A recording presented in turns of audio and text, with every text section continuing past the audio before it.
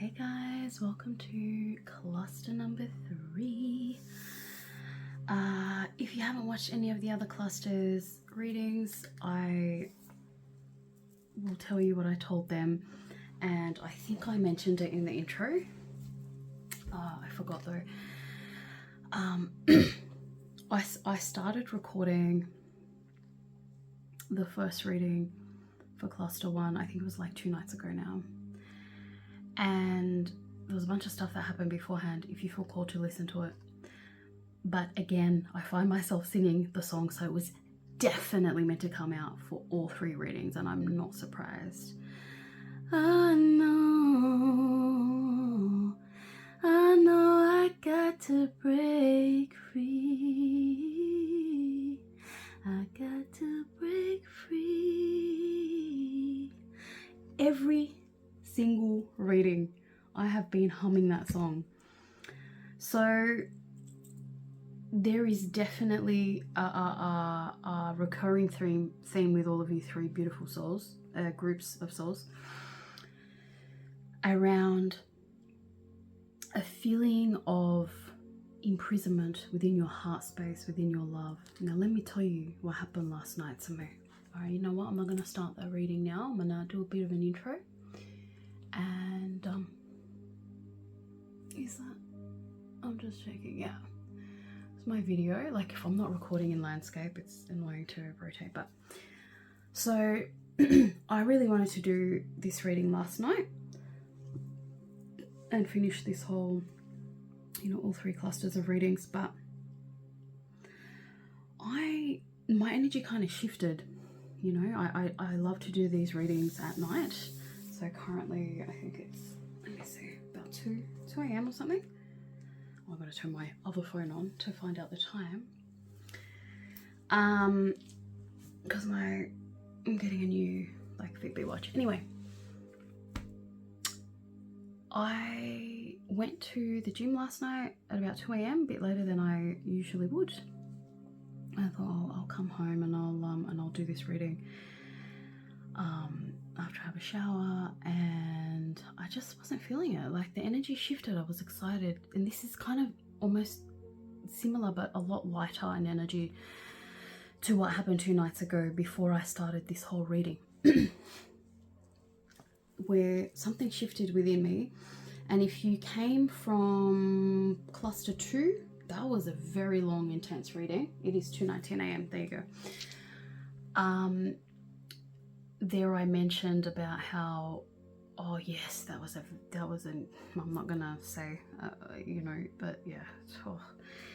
Anyway, the more you do this transformation work, this inner healing, this self-growth, the more you're going to find, because the way we experience life and divinity, and, you know, the ultimate kind of feeling or experience of ecstasy and divinity itself, is through our feelings, okay?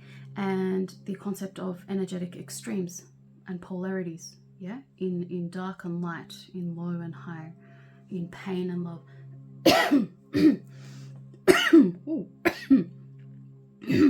Throat chakra. Maybe some of you guys have some throat chakra blockages, or someone wants to say something, or you want to say something to someone. But I've been experiencing this low and high so much, especially like within the last 3 years, you know, from when I started my spiritual awakening. But it's getting a lot more rapid because I'm getting, you know, better and better at balancing my energies and alchemizing and stuff. So last night, energy shifted. I thought, okay, let me just stick to my plan. I'll go to the gym, I'll do this, and usually I can settle myself down. I just couldn't. I couldn't shift the energy, and I wasn't feeling it to do the reading. But that's okay. So as I fell asleep, as I was about to fall asleep, long story short, I had a very, very, very beautiful and intense and powerful heart chakra expansion. I did dig into some deeper depths of pain, and the underworld and all that sort of thing, subconscious. Deep breath.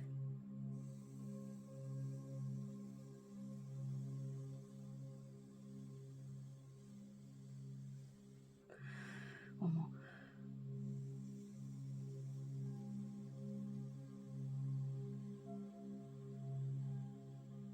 Just relax, guys. Let's do a third deep breath together. Relax your shoulders, rest. Deep breath in.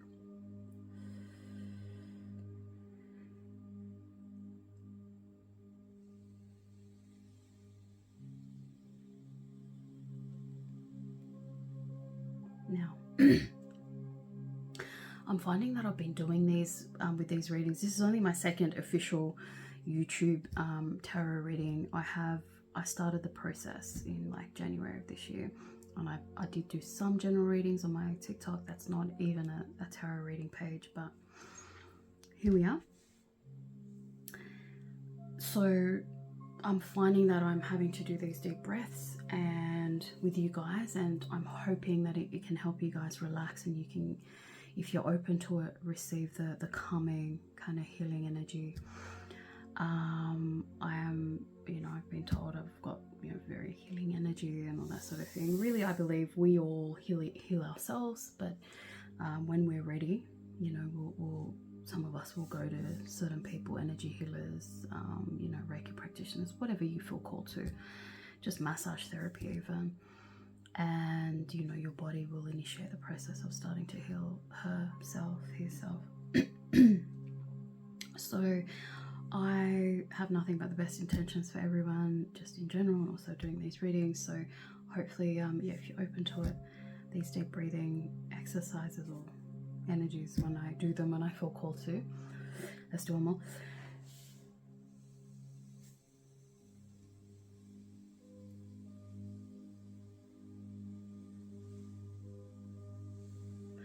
Will help you calm down, settle down, relax, you know,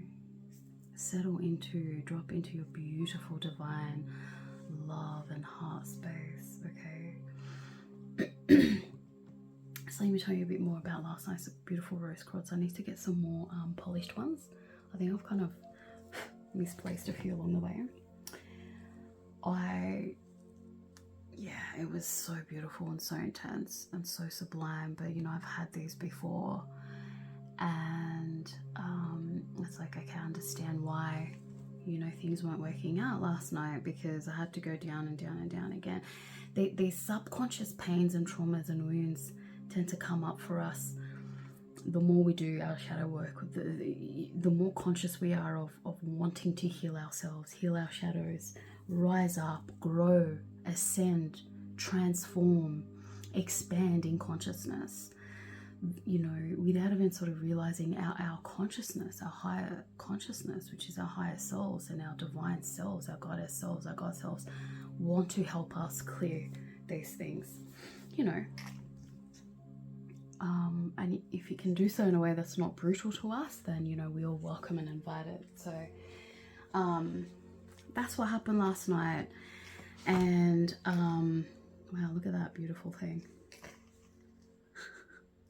I love this. And this bad boy.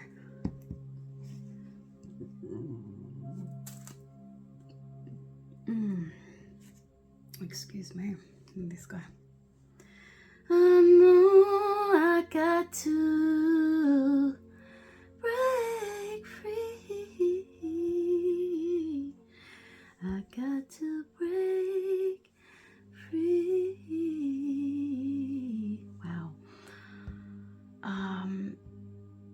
I feel like you guys are probably feeling called to, or are about to. Most of you. Some of you already have, or in the middle of, breaking free of something that's been weighing heavy on your heart, my loves. Okay, lemonade.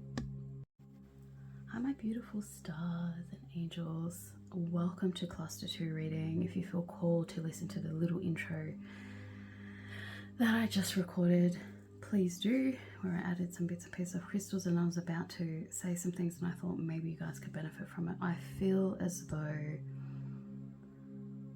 most of you guys are about to have a heart chakra awakening, expansion. And if you missed what I said in the intro or didn't click on it, I really feel you need to hear this, I feel, because it came through strong at the start of this whole reading for all three clusters. And again, because I recorded my cluster 2 nights ago, and I thought, let me see what comes through for this reading. And again, I've been singing it. This song has come through for every single reading. I got to break free. I got to break free. I know I got to break free.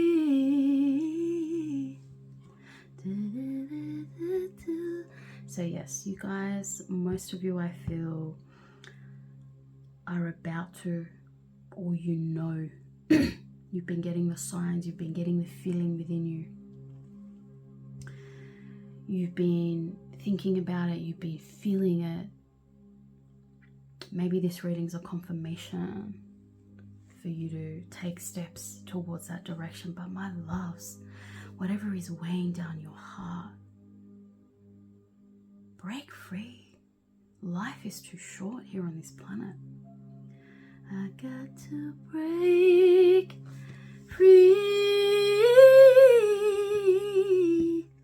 Ooh. Oof. Because believe me, it has been a beautiful last few days, you know, with her ups and downs, as you'll know if you hear any of the intros I did on this whole video. But the way divinity has played with me with all the pinks and the beautiful love themes, and for every single reading I've done, including my dark moon reading video, I've had at least one black candle. This time around the energy is lighter. I have the pink and I felt called to put up the white. Okay, maybe for some of you guys, someone's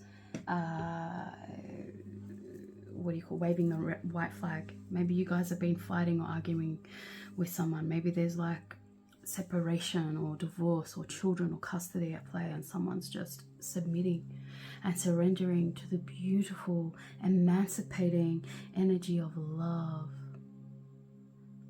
and ecstasy. There is no greater feeling and experience for us human beings than love and bliss and ecstasy. Okay, I got to break free. See what I mean? And I don't have that song on my playlist. I may possibly have heard it a few days ago or a week ago or something, somewhere playing, but I don't remember it. But you know, when we channel, we channel random, not random, but you know, things like this. So I'm not surprised. Guys,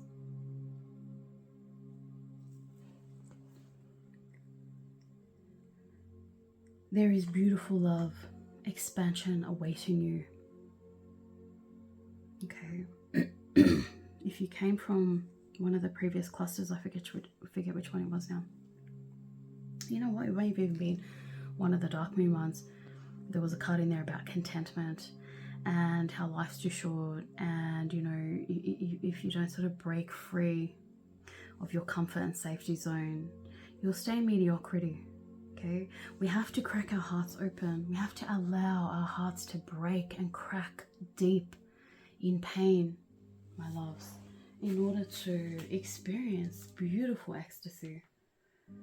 Okay. Oh, what's going on? I'm trying to get to this. Give me 1 second. Pause. 10 hours, 10 minutes, 10 seconds. I've got this beautiful sound frequency healing with a pink dragon playing. 639 hertz, pink dragon, manifest love and miracles from Starway Healing. And it's been going for this whole reading. You know, that's what I feel drawn to play. Life's too short, my loves.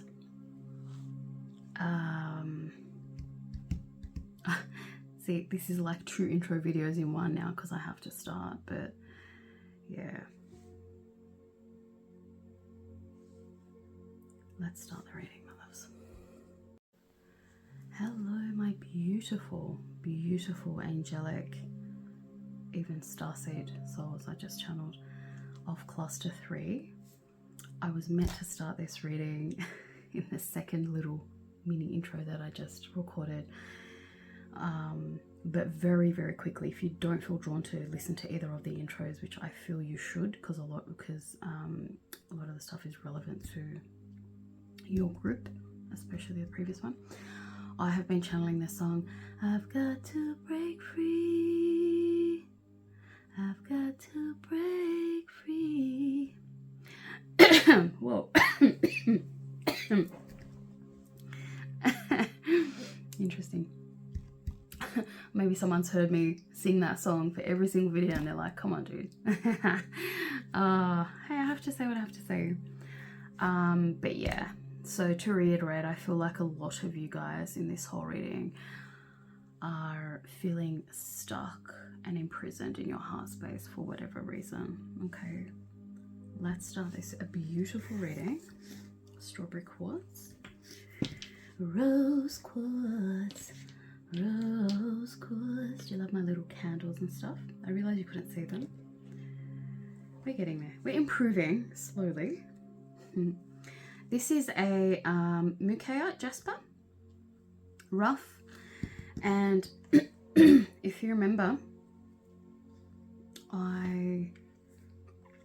if you listen to the intro bit, I got oh, by the way, when I was lighting incense, which I wanted to show you, I felt drawn to like my pink ones, everything pink, pink, pink. I've got this one going at the moment, the Jasmine and Lang Lang. By the way, these incenses, I don't get paid for any of this stuff at all, but are amazing because they're organic, they're from India, but they last a really long time. They have amazing smells, scents, and I got this boy to light up after, or at least the energy of it. When I shuffled for each card to photograph the picker card, for 2 of the groups an extra card came out, and this one was Get Grounded, and it's like the underlying energy, and I caught a glimpse of it, so I kept it face up. So I feel like, yeah, some of you guys, or a lot of you guys in this group, yeah, are very energetically sensitive. Okay, now I get it. That's why I am too, very much so. I'm a Pisces rising, so and I've got a bit of Pisces in my chart. I am an Aquarius though. And just a reminder to ground yourself in nature, in love, to really amplify and start to help, settle, to allow the beautiful energy of divine love to come and settle into your heart space, and ground into your heart space, and ground into your whole body as she grounds into this beautiful planet and the spirit of planet Earth. Okay, we're highly sensitive people in this group. Exactly, I didn't even say that. Connect with nature, but it's self-evident. I think these are peonies, which I'm not surprised because I just saw a video about that yesterday. So I'm gonna put this here. Can you, let me see what you can see. Let me see what you can see. Yeah. You know what, actually, no, I'm gonna put this bad boy here. Okay, can you see that? You can, good.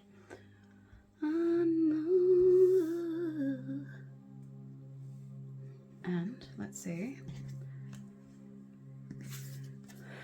Council of Light, divine orchestration, helpers in the air, in the subtle realms.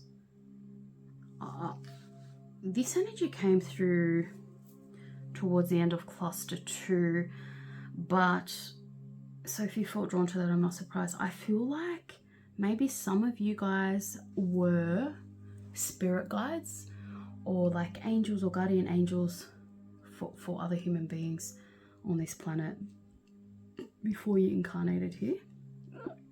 Excuse me. I feel like a lot of you guys are straight up like, you know, what they call earth angels, are just very, very, very high vibrational souls and connected with pure divine source spirit energy, like on a more conscious level. We all are these people, by the way. We're not special, you know, not some humans are more special than others. This is what I believe.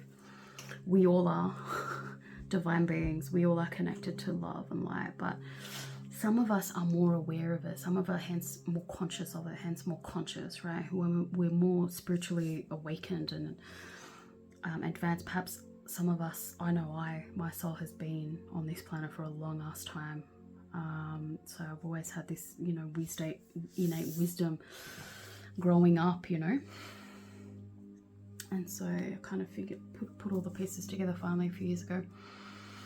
And a lot of us are very high vibrational souls whose soul origins are, you know, pure divinity, pure spirit.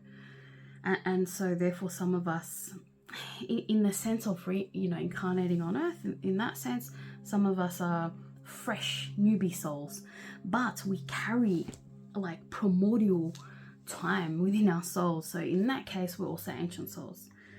A lot of you guys are Pisceans, I feel.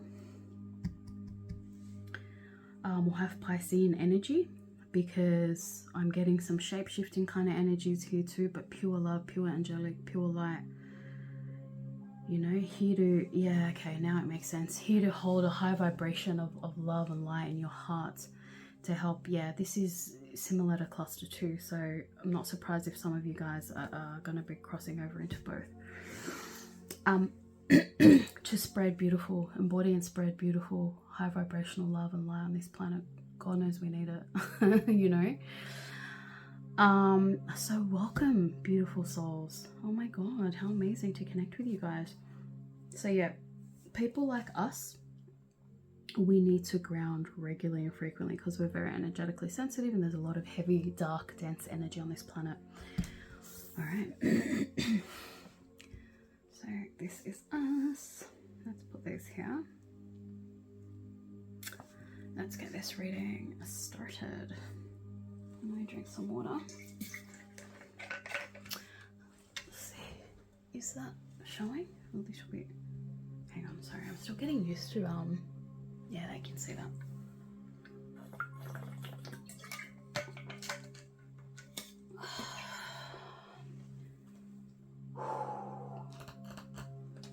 What shall I look into first? I feel drawn to start with this deck. And then this guy. And this guy. And even this one, surprisingly. Okay. Trust the process. Whoa. A bunch of cards just flew down. Give me a second. Interesting.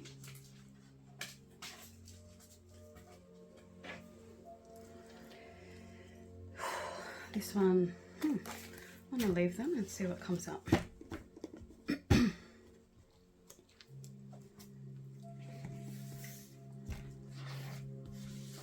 Okay, so this guy is Work Your Light Oracle cards. Let's have a look into your current energies, mothers. Whoa. Transformation. Yeah, not surprised. I'm going to take them together because they came out together. That's how I read sometimes. So yeah, transformation, things are changing at a cellular level. Exactly. Yeah. You guys are receiving, I feel like a lot of you guys are receiving heavy, like beautiful, streaming beautiful divine love and light kind of downloads through your crown chakra into your body. Sometimes if you feel like a nice gentle ringing or like zzz, kind of in your ear, that's angelic energy, light frequency. If you ever have any kind of pain or feeling like sharp kind of needles or whatever in your ear, especially if you're new to all this, which I don't think most of you are, but you may have clicked on and be here to hear this message. You know, that's not, it shouldn't, nothing like that should be painful. Nothing angelic in our ears should be painful, really. So if that's kind of happening to you, you want to look at what's going on in your life at the time, what's happening, cleanse your space, cleanse your energy, jump in some salt water, put some salt water in warm water in your bath, in your shower, pour it over you. I have sea salt in the shower. I dissolve it in some warm water in a bucket and I pour it over me. Just cleanses the energy field and space. Get some incense going. I've got one going at the moment for us. Deep breaths. Just relax. Ask your angels to surround you, protect your energy. You embody, you imagine, visualize a ball of light like this, but around your whole being and body. Basically focus on love and opening and expanding your love and heart space. Okay. Ah, no, that's crazy. That song is coming through strong in this whole reading. It's wild. Focus on the love, all the love, any love you've experienced in your life, the highest kind of love. I've even got pink lights going, by the way, in case it wasn't obvious. I just felt it. I've got those multicolor LED globes, and part of the reason I started getting frustrated before cluster 1 reading is because I switched my extension cord over from one of the lamps, and then the whole setup just it started playing, and I haven't been able to get it back. So I actually went and bought another multicolor bulb tonight, and I'm like, screw it, I want the pink vibes in here. Deep breath.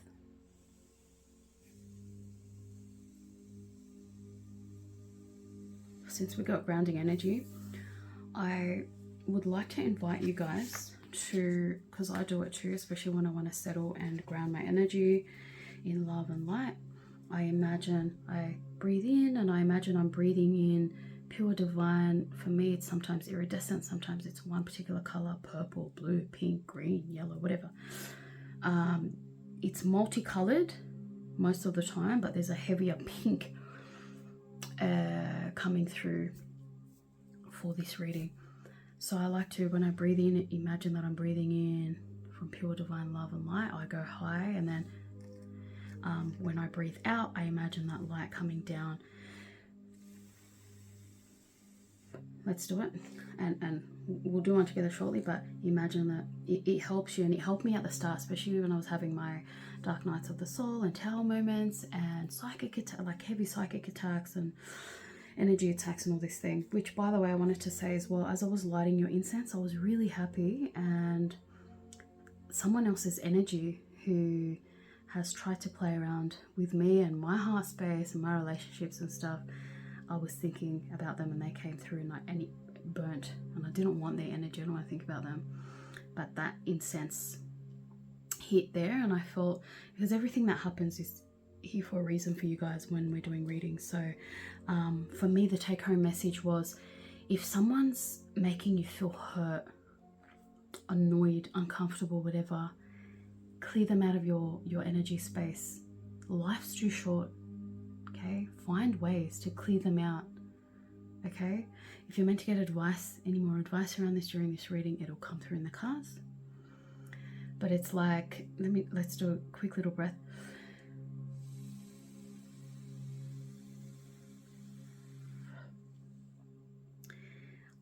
It's disruptive energy otherwise. And at the end of the day, these thoughts are coming from your subconscious. So if you're finding you're trying to clear them and it's not happening, or they're sticking around, you want to go deeper into your subconscious and try and understand why. We are the lovers of light and love. We are the love embodiers. We are the love fucking vessels. We are the love holders. We are the love transmitters. We are the love makers. We are the serenaders. We are pure fucking love itself. We are pure ecstasy itself. Don't let anyone fuck with that. Don't waste time allowing any low vibrational energy to come and interfere with that. Focus on this beautiful love in your heart and the beauty of this love and ecstatic love and ecstasy that you hold within you. And you know this. I know you know. Okay, a lot of us are mystics here, which, by the way, that's I felt drawn to these two incenses. These are amazing. I think they're only Australian made. They are. You cut off a chunk and, you know, light it up. It's incense, but the look at that, peaceful warrior. That's what we are. And mystics. I was actually gonna focus on the mystic, but yeah, we are peaceful warriors. All right. We are alchemists. We are masters of our own darkness and subconscious. And we are mystics. Okay, that helped really clear the energy from that night. If you feel drawn to listen to the whole intro, listen. So I imagine like connecting with pure divine source energy. For me, in my mind, it's up, because as human beings, we associate up with elevated, with high, with ascension, with divinity, and down with darkness and, you know, pulling you down. Do you know what I mean? It's just the way we're designed as human beings. So I imagine going up and then sucking in almost, you know, pure divine love, iridescent, you know, love and light, iridescent light. And it's coming down through like the cosmos, through a little channel, in through the galaxy and all the way in through the atmosphere and on this to this planet and into my crown and then down, yeah, through my whole body, and literally like this, exactly, lit up iridescent white light like this, light into the very heart and core, soul and roots of planet Earth, because that's exactly where we need to be to play this beautiful divine game of humanity masterfully. We need to balance our energies. Let's do one.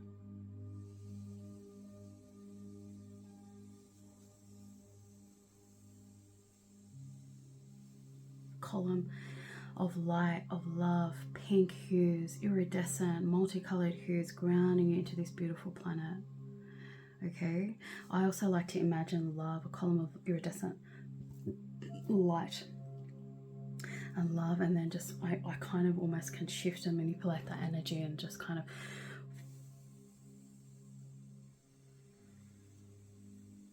expand it out around me. You know, have you seen those images where the light, that's exactly what it is, and that's our aura, an energy field essentially, but on a much broader scale. We'll do one more.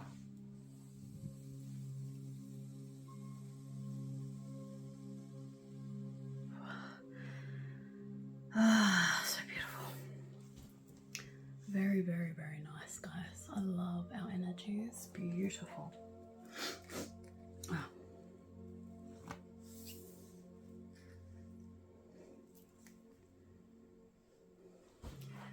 Got to break free.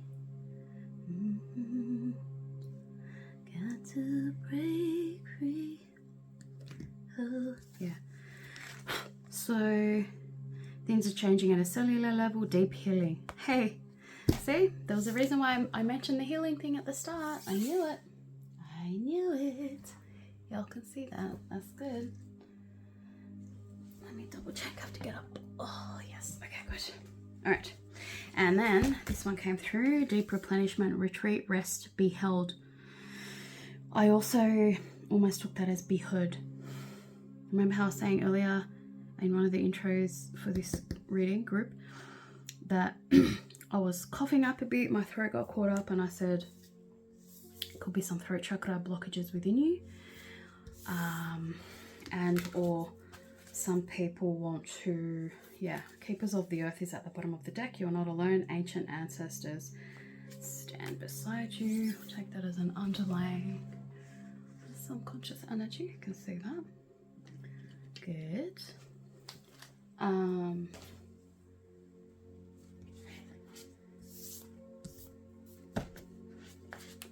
Yeah, I feel like maybe a lot of us are healers too. We're designed to hold very high frequency energy and love and light, and have a mastery and embody a mastery of our darkness. Yeah, distorted feminine. Some of us have distorted feminine energy within. That's the subconscious I'm taking. Oh, I said I'm taking those two together.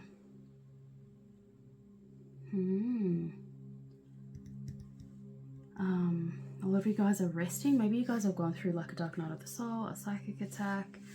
It's probably thrown your feminine energy off, meaning your psychic intuitive energies. Take the rest if you feel called to. Don't try and rush or force anything like I felt last night, you know. I really wanted to do the reading, but I was like, but I'm just not feeling it. So it's like, I'm not going to force it. And it turned out I needed that rest because I had this beautiful, very like big, intense heart awakening, expansion. Okay. So looking at your current energies, exactly, deception. I feel like some of you guys are being are targets of psychic attacks at the moment. All right. I'm going to pull more tarot cards for your current energies. So in that case, I am going to put this here. All right, but you shouldn't be scared. Any fear that comes from psychic attacks or energy attacks, that's our subconscious trying to communicate with us, trying to help us understand what the nature of our subconscious, aka darkness, aka the underworld, is like. So we can go within and get reacquainted ultimately with the energy of darkness, the polar extreme of love and light, because that's what we're here to understand and master. There's nothing to be feared. We literally come from the pure divine fucking spirit and essence that created this whole universe. All right, I'm very expressive with my language, and I know this is me. I'm not gonna like suppress my voice. Where did that come through with the voice? I'm not gonna suppress my authenticity. You know, just because some people may not like it, and those people I feel wouldn't even be drawn to this reading. Do you understand what I'm saying? I'm only wanting to attract souls and human beings to my readings that can benefit in some way, even if they have bad intentions like this. You know, it is my hope, not my hope, it is my intention that you will benefit some way for your highest good by viewing my channel, by accessing my channel, by accessing my readings, viewing them, listening to them in some way.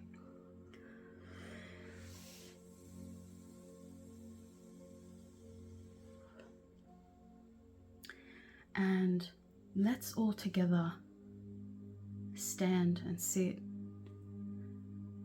and join energetically and consciously and in love and light and ecstasy, and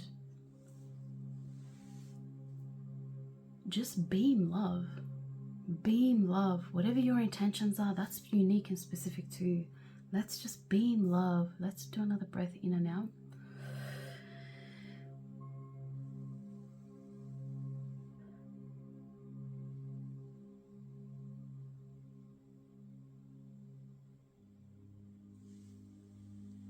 When I breathe out in love and light, I imagine the love that's coming from my heart space is going out into the whole fucking cosmos, is permeating out into the whole universe.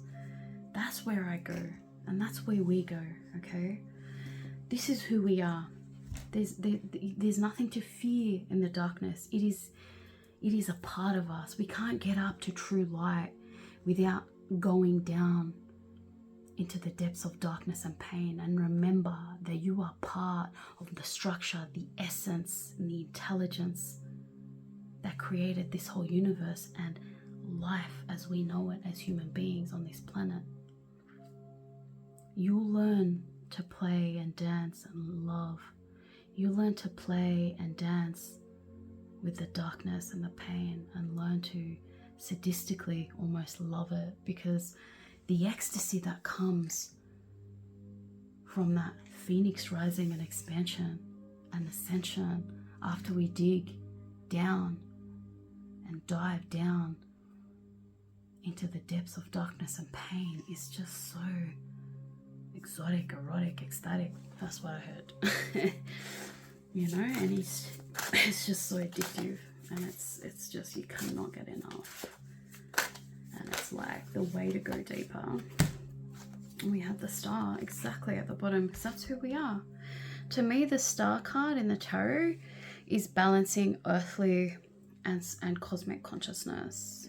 Okay, again with the balance. I know I got to break. Maybe some of you guys are stuck in a rut at work, in a home, in an environment, around certain people, community, that are blocking you from allowing this life of flowing love to be your reality. In which case, you know you want to leave that situation or change it. Have some coffee.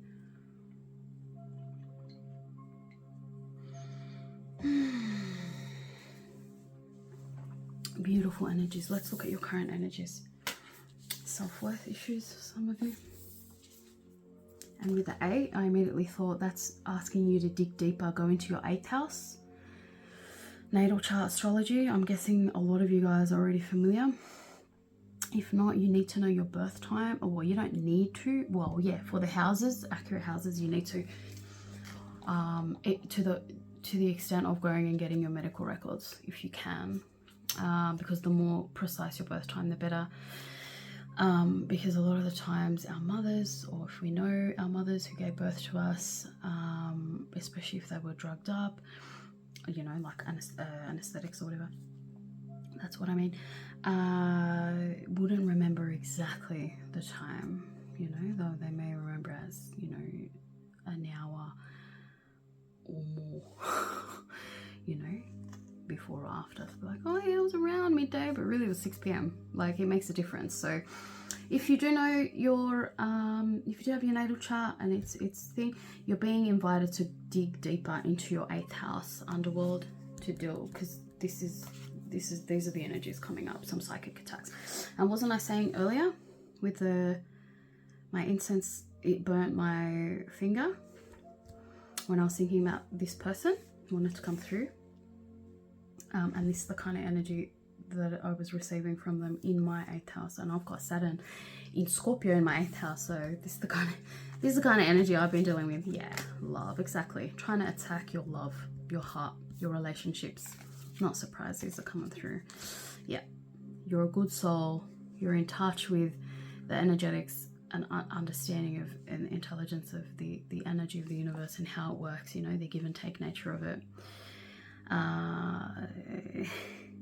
And what happens is people try to bring us down, not because they're evil, but because it's part of the game. It's part of our transformation journey. It's part of our ascension journey. We need energies to attack us, okay? To try to bring us down, to challenge us on our way up. Why? Because we need to get a deeper hit and taste of darkness and our own underworld and our subconscious. Because if we want to go higher, we've got to go lower. So the attack has to come from somewhere. The challenge, the trigger, yeah, the catalyst to trigger us into going down deeper into the depths of our darkness and pain and subconscious, yeah, and to go even deeper, we can go even deeper once we've cleared, you know, healing is a non-stop journey, you know, healing, take deep rest and replenishment in between healing hits and transformation hits. Let's say, hypothetically, we've cleared all our traumas, and now we can go back to our inner child traumas. Let's say we've healed all that. Then we can go into our past life traumas. Let's say we've cleared all that. Then we can, you know, if we hadn't already, clear our ancestral traumas. Yeah, you're not alone. Ancient ancestors stand behind you, beside you. What was I saying about? Yeah. Helpers in the subtle realms, ancient ancestors, keepers of the earth. Yeah? We're very, very, very high vibrational souls, and if we're not awakened to that yet, we will be. And I feel like this card reading is a catalyst for that, or a way to alert you to that. It's probably going to come. It's on the horizon For most of you, I feel it's soon, like within the next few months. Some of you, a smaller number of you, I feel it's further out to the distance. But for the most of you, majority, this is current energy, okay? You're either going through it now, you're about to soon, or within the next few months. And to be and to come back into union with this high vibrational consciousness and soul state, right? An embodiment of love, like to the highest divine degree and angelic kind of levels and shit. We have to go deeper and deeper and deeper and deeper and deeper and deeper and deeper into our darkness and underworld and subconscious. That's why we're masters of transformation. Again, not surprised if some of you guys came from cluster 2. Okay, so stuff like that, where you think about someone out of nowhere and then something like this happens, that's one of the ways you can know, for example, if it resonates for you, but you have to experience it yourself because it happens differently to different people. Be like, okay, I know what that is. Yeah. And one of the ways, especially if you've come from any of my shamanic readings, clusters, those of you who are shamanesses and shamans, you know, need to get familiar with the feeling of, or rather, those of us kind of who are meant to actually consciously go into the depths of the subconscious and the underworld, are meant to hit a point where we actually start to kind of enjoy the darkness and the pain, because we're coming into it from a much higher level, from this level here, from all the way at the very top. Yeah, and then we come down. Do you know what I mean? It's like we're all the way here. So it's like you start your journey and you're like this. You go into pain and then you go higher. Then more pain opens up, you go deeper and you go higher. You go deeper and that's how it works. Deeper and higher. And all of this space is you holding love and light. Very high vibrational. We go very high. We vibrate very fucking high. But in order to get to this point, or get back to this point, and our souls have a memory and knowing that this is where we're meant to be, we have to go deeper and deeper into the depths of darkness and pain. And a lot of us, especially Pisceans, may not be used to it. Yeah, especially in this day and age where humanity's lost touch with the art of feeling our pain. We numb our pain. We've been doing it for too long on this planet. But within the last 5-10 years, things have been changing a lot more with psychologists, you know, pushing out the advice to know we have to feel our pain, we have to feel our emotions, we have to feel our feelings in order to get over it, we've got to go through it, you know, all that stuff.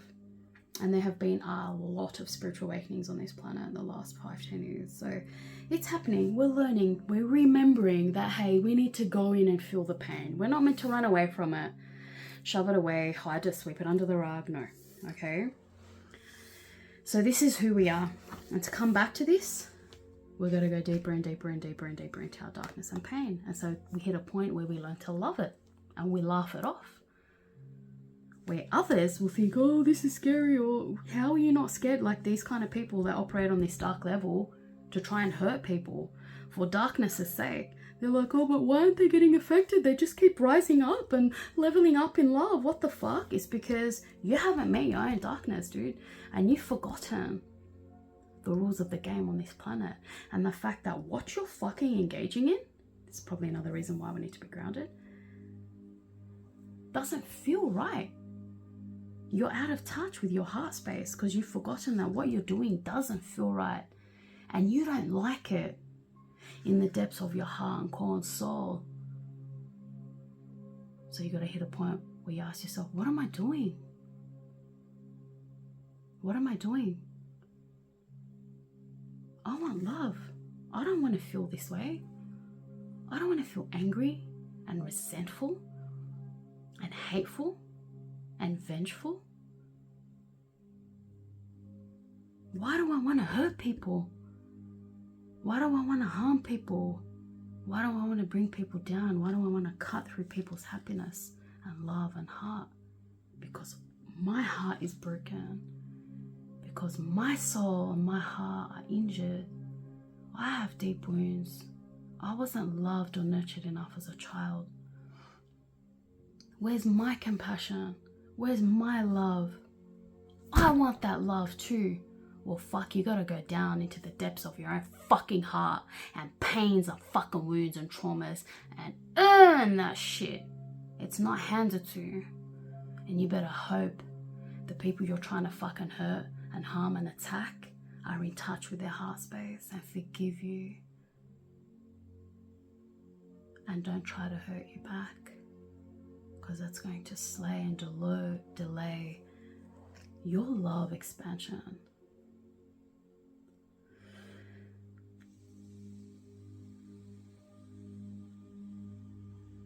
Okay? This doesn't come easy. You think we just woke up like this?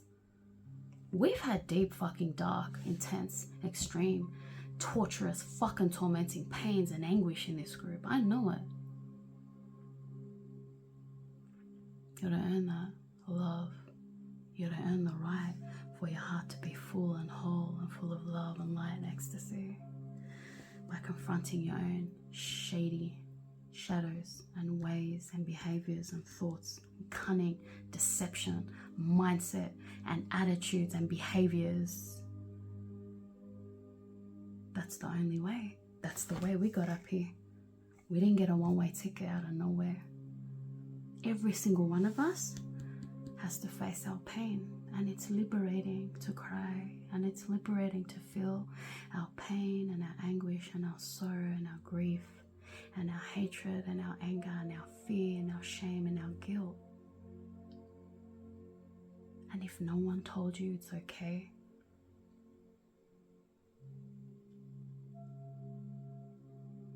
if no one made you feel that love, only you can feel that love within you. And your higher self is telling you it's okay. Fall in to the heart of the pain and the tears and the sadness and the sorrow and the grief, and just let it all out, because this is not you. And the first person you're hurting when you're engaging in these kind of behaviors and actions is yourself, whether you've realized it yet or not. Alright? You go and take this rest. Maybe you are one of these beautiful souls too, who embodies such high love and light, and you're at the very bottom right now. And if you feel that what I'm saying right now feels right in your heart space, then you know exactly who you are. Alright?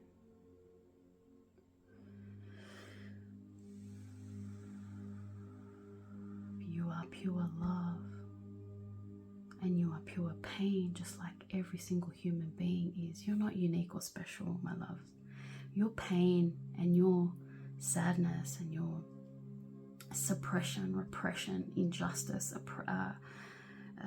repression, oppression isn't unique to you. Every single soul on this earth experiences pain to varying degrees, because we're meant to. This is the only way to rise up and elevate up in love and light, to embody, to feel, and to embody that pure divine love and ecstasy. Every single one of us has to go here. You can't take shortcuts and go up here, because it's going to be like this heart with holes in it. It's not going to be full if you try to take shortcuts. There's always going to be something dragging you down. That's your pain. Yeah, the pains and the wounds and the traumas within you from your childhood, past lives, your ancestors that you haven't paid attention to. You understand? So, pay attention to it.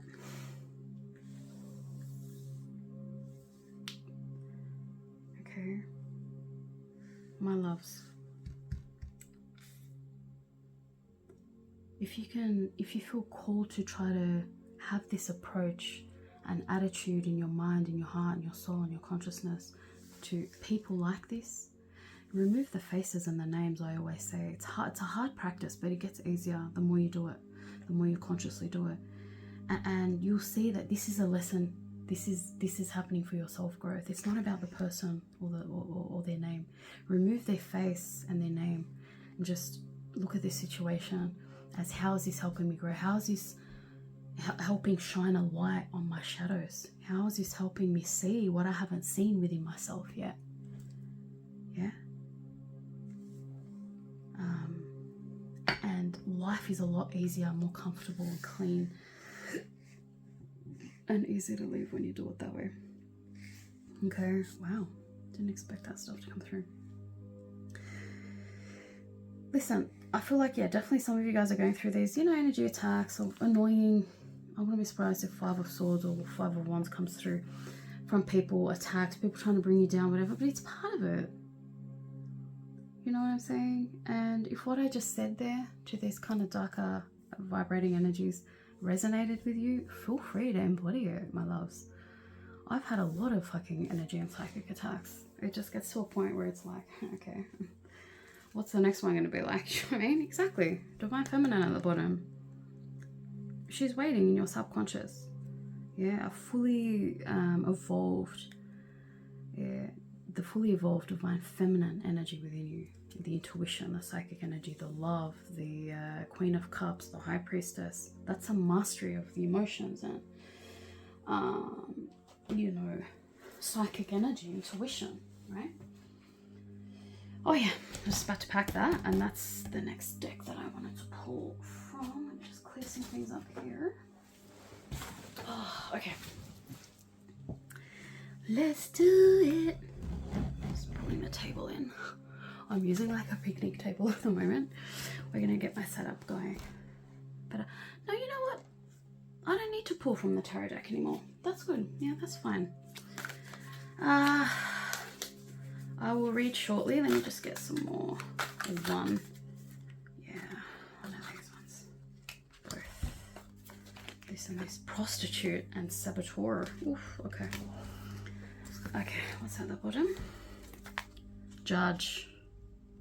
Balancing justice and compassion. Wasn't I just saying? Managing the fair distribution of power.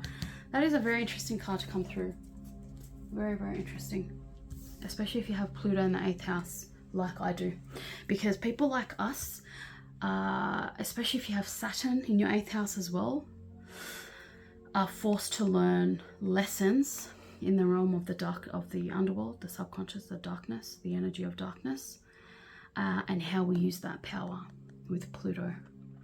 And how we approach and deal with people like this who want to try to hurt us, harm us, attack us. So it's a balance of justice and compassion coming from a very high vibrational level. We know, my loves, we know exactly who we are, and we know the nature of the human being and human life, and the nature of darkness and light, and pain and love, and wounds and love, okay, and trauma and love and light, because we've lived through it. We've gone through the whole transformation process. A lot of us are meant to be masters of transformation and alchemy. Every single human is, but we're just more at a more advanced level of our existence on this in the universe, right? Again, I know I got to break free. Wow, wants to really come out that. Managing the fair distribution of power. This is also like the judgment card, where a lot of you are going in and doing a sort of a reckoning and a back and forth within your own souls and selves and hearts, behaviors and attitudes, how you've treated people. Maybe you've been this person, maybe you've treated someone this way, right? A lot of you guys are in the midst of the spiritual awakenings and transformations and going in and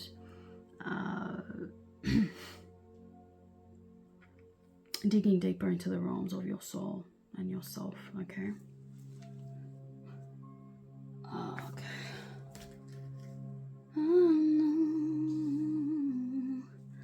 I this down in a way where you can see that, right? I don't kind of want it to keep, oh, you know what? Perfect. Perfect. Let me do that. Because I wanted to keep this at the top, but if I did that, then you wouldn't see it. So I'm like, how can I? And I didn't want to put it, just because the color's not that appealing to me. Yeah, it's a perfect solution. Sometimes you got to think outside of the box. I love it.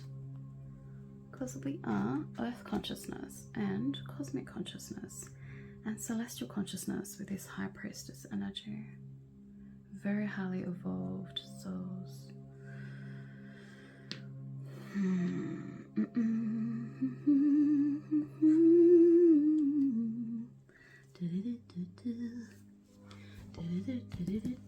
Drink some water. I like to take my time with these readings, by the way, guys. And the pace is different for each reading, so I feel like if I'm going slow, then it's not going to be annoying to you, because that's how it's meant to be for this reading. If it's meant to go fast, then that's how it goes. All right, so current energy, we've also got prostitute and power again, and saboteur. So the prostitute energy accentuates the challenge of surviving without negotiating the power of your spirit. Maybe some of you are being attacked for being your true authentic selves. Wasn't I just saying that earlier with the, yeah, it's like I'm not going to suppress my voice. We are with the swearing. Maybe some of you guys are being attacked. Some people don't like the way you're being your true authentic self. There may be a sexual element, especially since we mentioned the 8th house in Scorpio. There may be an issue, an element around like eroticism or how you express your sexual energy. And there may be some people that don't like that. But it's like, you know, you just be you. And you're very heavily, strongly protected. So don't you worry. Okay, yeah, saboteur. Highlights your fear of self-empowerment. Wow, 3 times power. And the changes it would bring to your life. And in shadow, self-destructive behavior or the desire to undermine others. Yeah, maybe this was you in a past life, or now, like this figure, this archetype. This is actually the archetype deck anyway. The archetype cards. So maybe you're learning lessons around, and maybe you had to play this role so you can know what energies people are like at this level.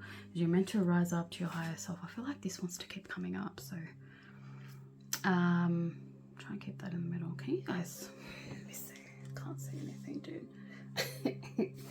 Wait, where's the top? No, you can't even see. I'll keep it here. But yeah, some of you are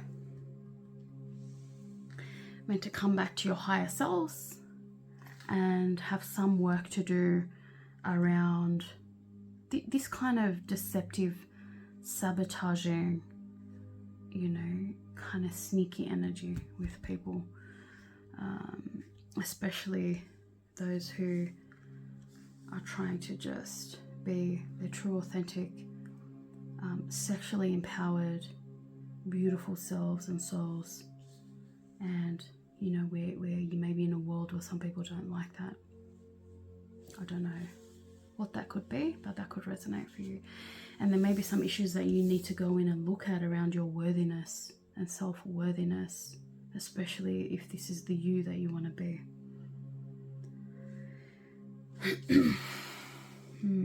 I want to read what the silver waterfall is, because I always forget.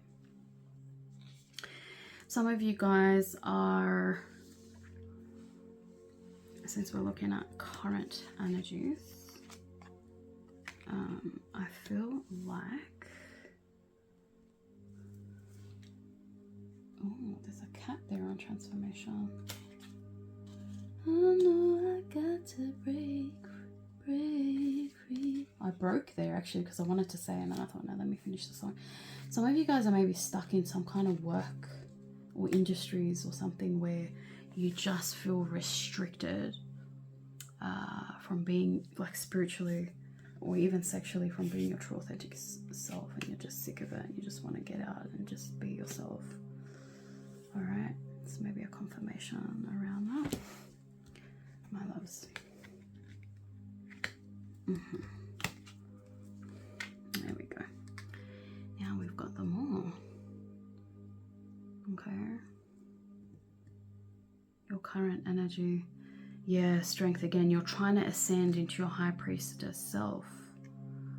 Okay. And the strength card is about controlling your emotions, your inner demons, your inner rage, especially now we've got Mars in Aries. When you read this, when you view this reading, currently it's like towards the end of May 2024, but you may be at a time where astrologically there's some kind of crazy energy, like, you know, Mars in Aries or Moon in Aries. I'm an Aries moon. I know how hard it can be to control our emotions sometimes and our instincts and our impulses, or something like an eclipse portal with, you know, solar or lunar eclipse in Aries, something like that, or even dark moon in Aries. You may be trying to ascend higher, open up your crown chakra, you know, be your beautifully spiritually awakened self, embody, like, you know, engage in your spiritual practices, the things that make you feel happy and rested and relaxed. But some people are trying to attack you. Some people don't like that you're ascending. Some people in your vicinity don't want to see you grow and rise. They're jealous, and you're being called on to, guided to be strong and to control any rage or any low frequency darker energies that want to come up, like sabotage. I want to sabotage. I want to attack back. I want to hit back. I want to go into the depths of the underworld and fuck that person up, whatever, right? It's like, understand those emotions because they're part of the transformation journey. You need to understand these emotions and where the human mind and psyche and subconscious goes when we're under attack. When someone's trying to bring us down. You need to know where the human mind and psyche and subconscious goes.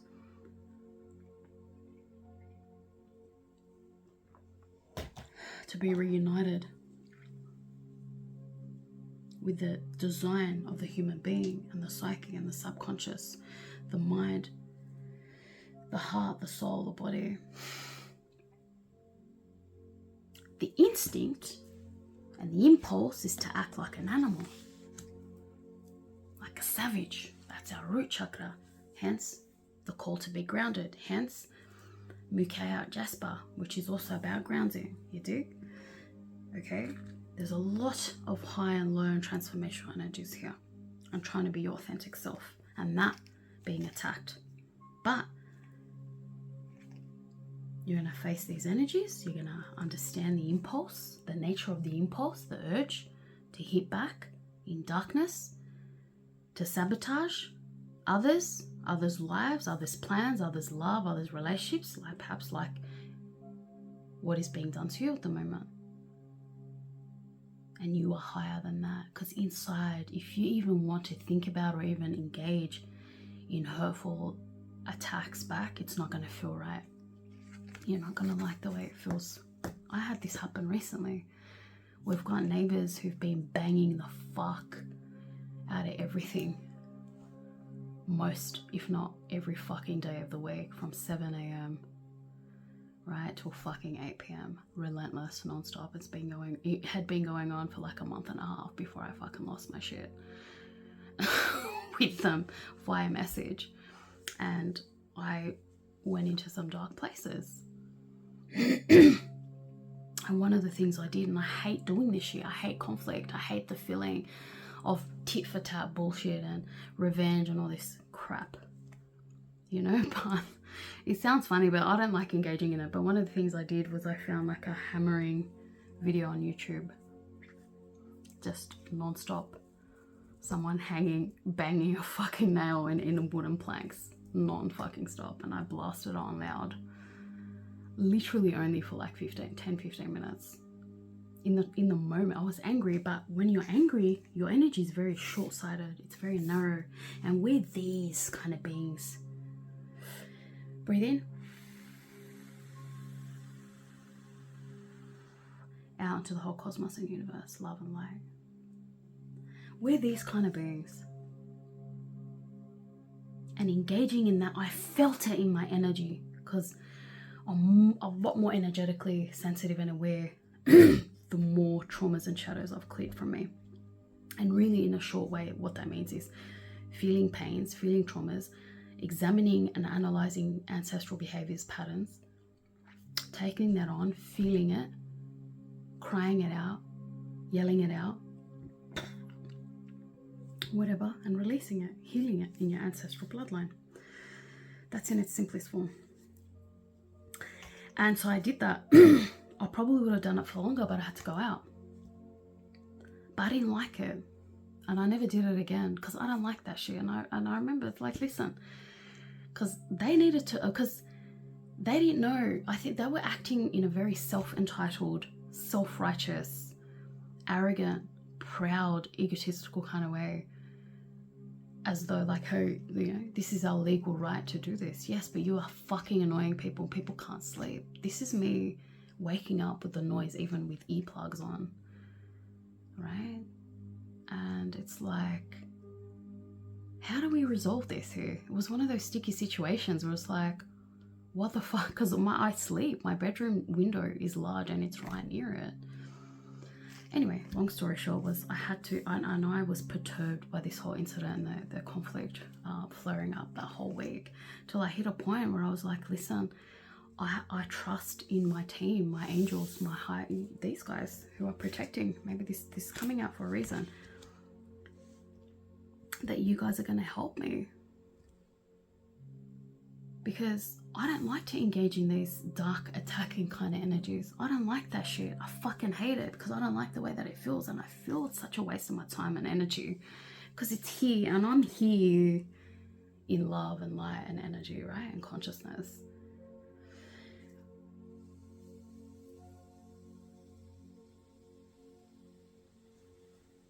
Breathing out again. I don't like doing that stuff at all. And it really tested my patience. But with these guys, and this was even me not hearing all of it, because my current sleep cycle is I'm sleeping during the day. And so if they're banging away and I'm not hearing it, it's a blessing, because I'm less angry then, right? Or was. But it's like if the noise is that loud that I'm at a point where I'm waking up, even with earplugs on, that means it's unbelievable. And I understand they have work to do, but it's like, come on, you know? There has to be a fucking middle ground here, right? Anyway, this was beyond testing my patience. This was fucking testing my sanity. And I had to... I've been in this position a number of times in my life where I'm like, what the fuck do I do? Because I'm at my very limit. Good intentions aren't helping here. Well, they do, but it's not giving me the fix that I need straight away. Like, what's going on? So when you find yourself in situations like this, I've realized this is karma. This is karmic debt for you to pay. But you don't descend into darkness. You maintain that love and you focus on it. Soon enough, believe me, you'll find there's a way it gets resolved, especially when you come back to your heart space, especially if you're someone who's being forced to deal with situations around power in your life, around darkness and light and the underworld in the 8th house, okay?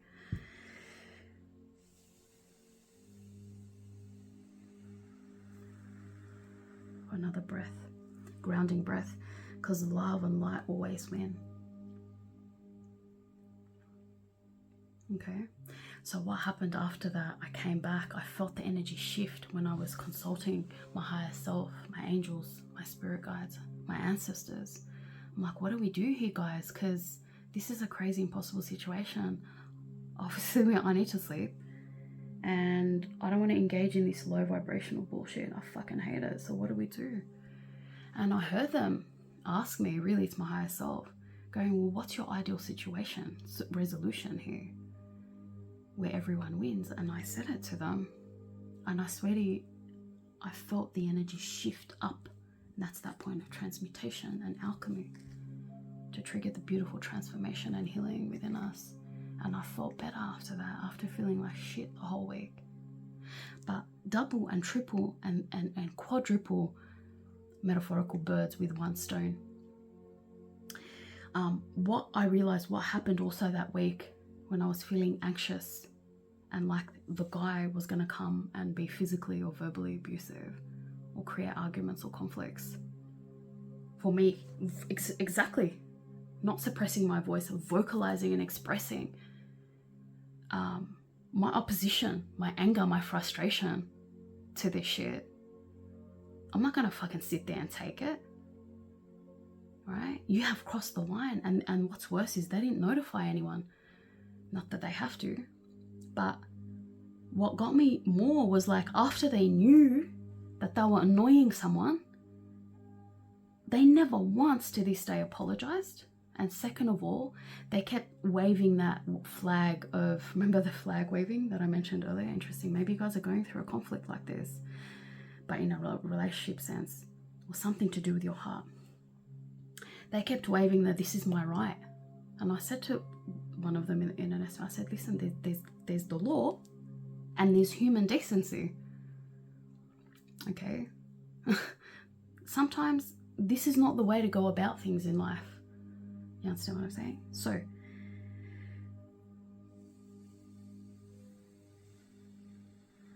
let's clear the energy out. I realized that fear and anxiety that I was feeling in my heart of a pending conflict or verbal or physical altercation was fear from my childhood coming up, because I experienced physical and verbal abuse and shouting, yelling, conflict a lot growing up. And the child within me and the child within all of us, if we experience this stuff,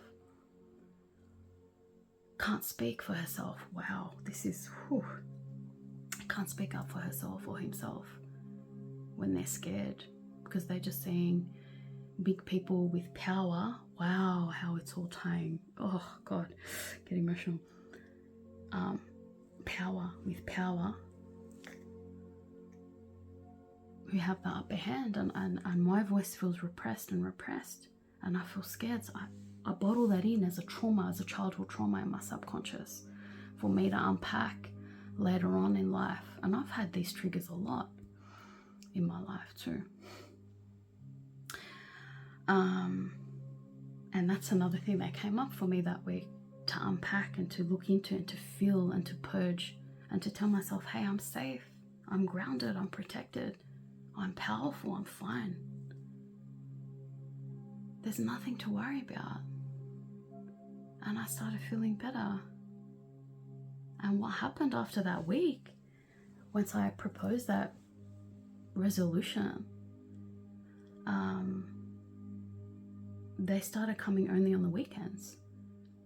You know what I mean? Not so much during the week.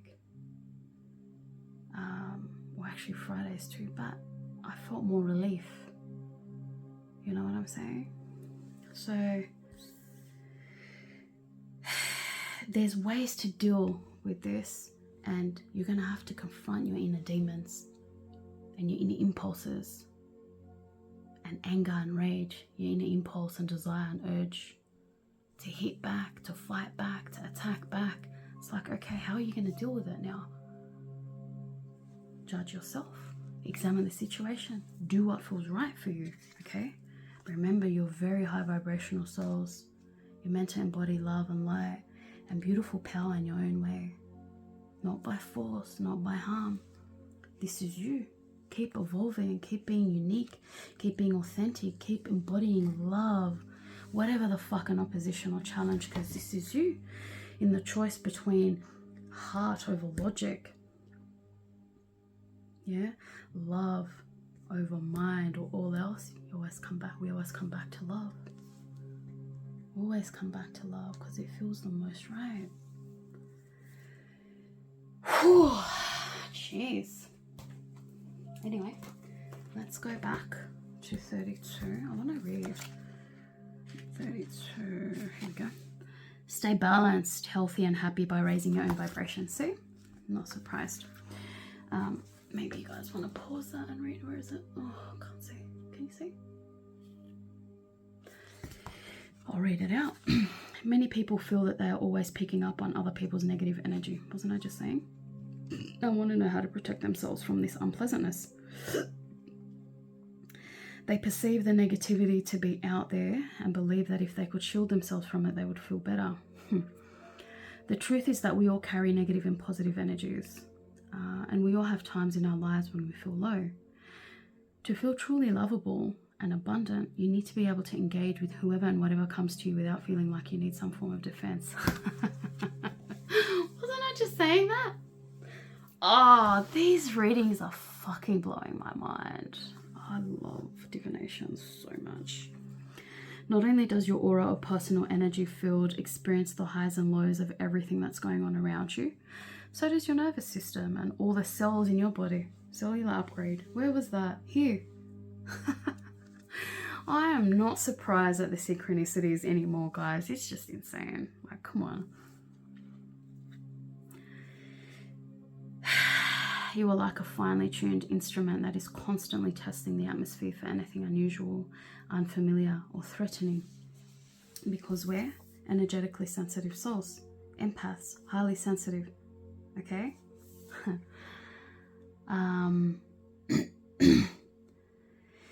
It's all out there, but barricading yourself against the world is not the solution. And that's exactly what I've been saying. I'm not surprised. And see how the intuition works? I'm like, I feel drawn to only read from the book about this card. I don't feel drawn to read about anything else yet. I love this so much. I keep surprising myself with this. How the cosmos plays with us once we embody our true love and heart. Again, I'm hearing the song. The best way to stay balanced and healthy in a busy world is to raise your own vibration in as many ways as possible. 77 may be significant to some of you guys, by the way. I just noticed that. It is for me, for sure. My brother, who passed away a number of years ago, has been helping me a lot. Yeah, like this with the ancestors. Hello, beautiful soul. Since my dark night of the soul, during my spiritual awakening, he definitely an angel. His birthday was 7777. So that's a significant number for me. There we go, can you see that? This means eating nutritious food, looking after your body with rest. Yeah, rest and exercise. Rest and exercise. Balance. Yeah, if you've come from +2 or 1, I forget which, you'll know the importance of balance to rise up and elevate and to be in union with our higher self, right? Feeding your mind with uplifting material like beautiful music, books and movies, and regular contact with nature, and cleansing yourself at the end of each day, didn't I say, with the salt? This is done not to protect you from anything negative, but as the angels prefer to describe it, to release anything that doesn't belong to you and anything you don't need anymore. This can also be done by following the process called the silver waterfall on the next page. It is most beneficial at the end of the day, so you don't go to bed with more than you need to. What is this? I'll let you say it.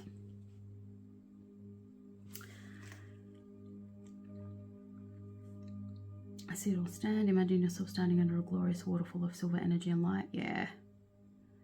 Wonderful scene in the rainforest. Feel it or visualize it draining away. Didn't I mention about visualization of light and iridescent light and all that earlier? There's a reason why everything comes out. Oh, this deck is this one, by the way. True love. True love is worth it in the end. So these are your current energies, my loves. Let's do middle row. Some good positive news and transformation to expect in the upcoming, from now, anytime from now until within the next few months. Okay. Well, this is the Astral Realms crystal deck. I'll show you this guy. This was my very, very first oracle deck. Very, very important. Special as well.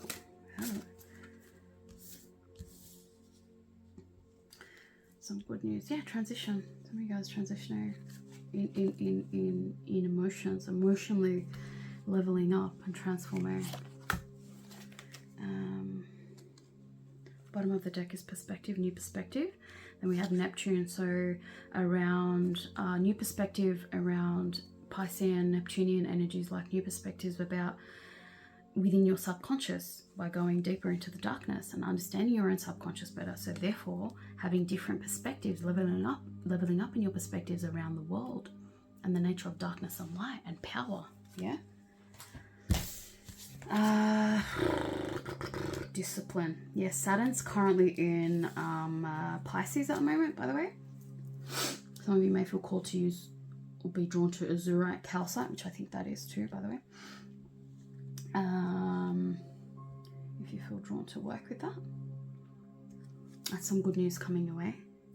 Oh, look at that, rose quartz. Hello. And empathy. Some of you are becoming more empathetic. So yeah, definitely if you feel drawn to rose quartz, wear some, have some in your home, near you when you sleep. Some of you are expanding your heart space and therefore your empathy, like what I just did earlier.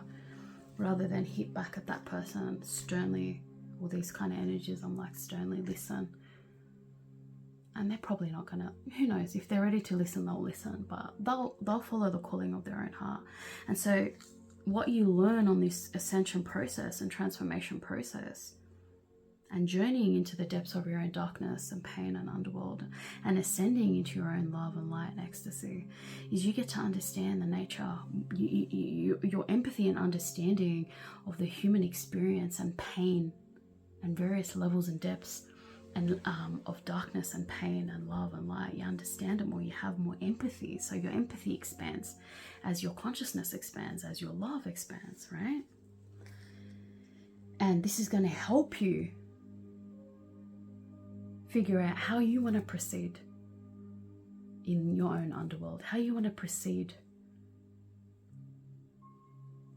when you're challenged or threatened or attacked, how you want to work with your impulses. Where do you want to go? How do you choose to use your power? Right? Alright, so some loving, beautiful energies coming your way, surprises, good energy, leveling up.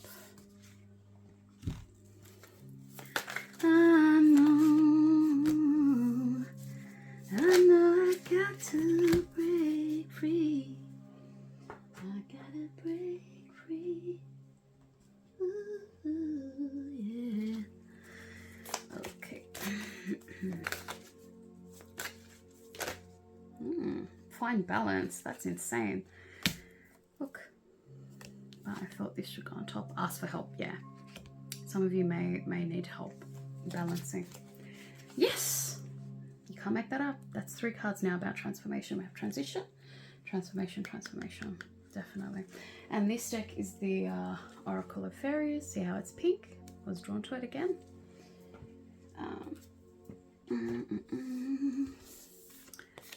Gifts, gifts, gifts. There's oh yeah, Tower. There's I feel like in the fact that it came under love, I feel like there's some beautiful heart explosions in the best way, transformations, expansion. And you're planting seeds towards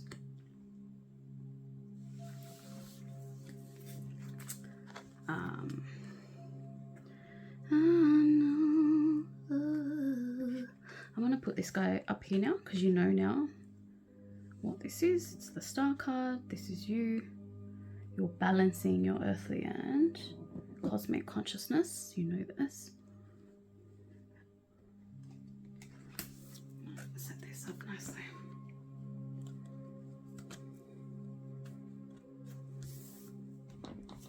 You know this is the Star card now. Okay. There we go. This is underlying subconscious energy for us. Because I want to put this here and then pull from this deck. Let me pull and then reach. Oh, maturity and dating. Oh, Okay, some mature dating going on. I feel like I want one more. Oof. Divine masculine. Yeah, I was feeling some love energies today. Oh, with the lion. You know how to dream about a lion? It was coming to attack somewhere. No surprise with the strength card. And come into some like gateway or door where me and someone were, and there was a little child. I think it was my child or a relative or like someone close to me, like my niece or something like that, my nephew, or you know, a dear child of someone, a child of someone who's dear to me, like a friend or a partner or something like that, or a cousin. I shielded her innocence away from this attack. I knew it was happening. I didn't even want her to know it was happening, or him. I think it was her, I can't remember. And I kept her distracted and happy because I didn't want her to feel fear. I didn't want that for her in her subconscious. You know what I mean? I don't know why that's coming out. It may be relevant for some of you guys. You can't make this shit up, dudes. At the bottom of the deck is yin and yang. I have to take that. That's crazy. We've had double ups and transformation and balance. Again, if you've come from some of my other clusters that have spoken about this, I'm not surprised. I'll put this here. I got to break free. Okay, at this point, it's like we know what's going on. Can you see this? But you'll know it's balanced if I put it here, right? Yeah, you can see that. Good. Excellent. So, some surprises to expect, some good news, blessings, whatever. Something to make you smile within the next few months. You're gaining a bit more mastery over your discipline. Some of you guys with Saturn are even clearing out karmic debts. And the pole is repeated twice here with discipline and empathy. So with discipline, perhaps in restraining and controlling yourself with your actions, you're going to find beautiful love and heart expansion. And that's the gift and that's the blessing. I've had this too. It feels amazing when you choose love over violence, love over pettiness, love over tit for tat, love over harm and attack, and revenge and hate and anger. It may be hard to transition, but once you do, and the more you do it, the more beautiful it feels, and you get to understand more about how karma works. And it's like, even if you're asking for help and it's not coming and you're still experiencing the pain, well, maybe that's karmic debt that you're paying off, right? But I just feel drawn to hold both of these. You're having an emotional transformation and expansion as well. Emotion and love, wow. With discipline in between, sandwiched in between. You've got Saturn in Pisces at the moment. So maybe look to where Saturn is transiting your natal chart, which house and which planets or signs it may be affecting, to look deeper. Whatever time you're seeing this, whatever year, that may help you right now. I just felt called to say that.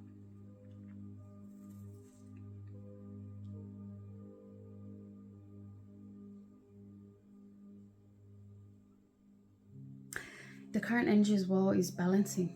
You're balancing giving and taking energy. So you're aware, or if not, maybe through this reading, you're aware that you don't want to give and extend yourself too much and not get much in return, nor do you want to receive too much and not give. Right? A lot of it's emotional giving and energetic giving, because this is a very love-based reading. This whole video is. So yeah, a reminder that you need to go within and heal your intuition, your psychic energy, your hearts, and balance your energies. Balance. There's a lot of balance cards here and energies. This one. All right. This one was talking about balance. This is about love and mind balance. Even balancing. Allowing your feminine energy of intuition and love to lead your masculine and logic and mind. Balance.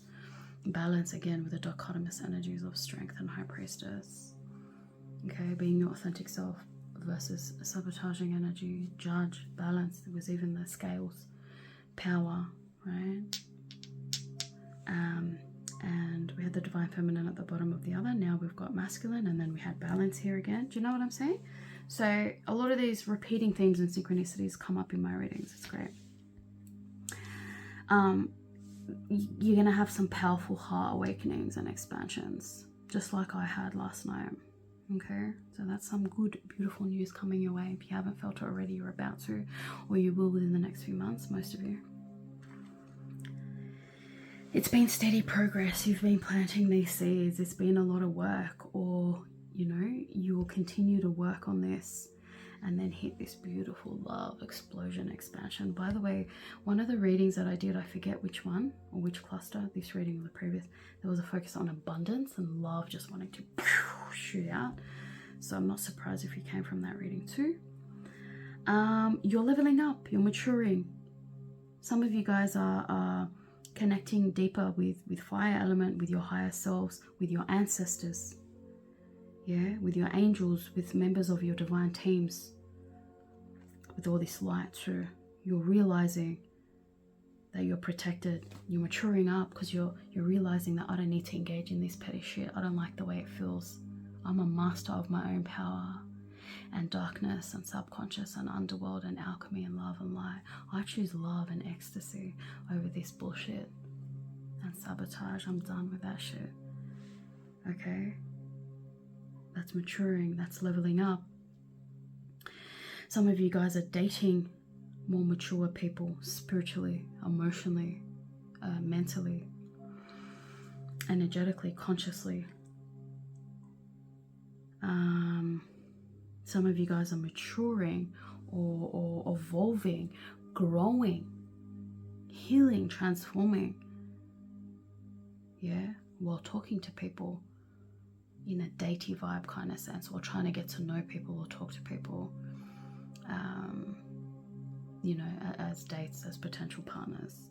Some of you are learning through these dates or going on dates and learning what you want, what you don't want, maturing up in that respect, right? Honoring yourself, being true to yourself and your authentic self.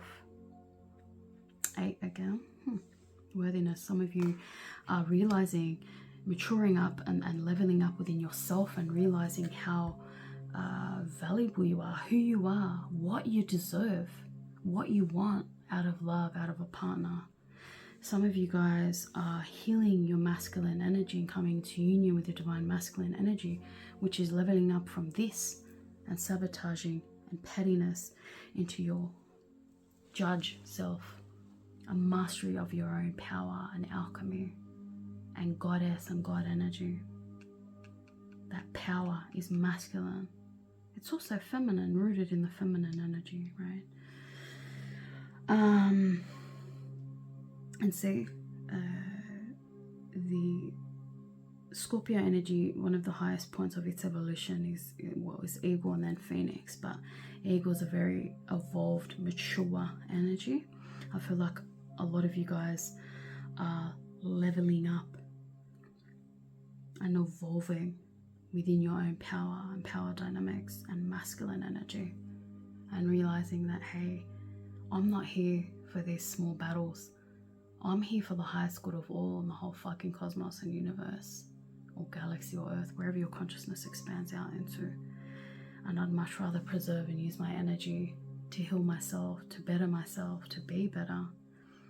Some of you guys, the blessing is you're finally maturing up and realizing that there's no shame in asking for help, literally, or within yourself, just to your angels, acknowledging the presence of a higher vibrational presence in the universe, in your world, in life,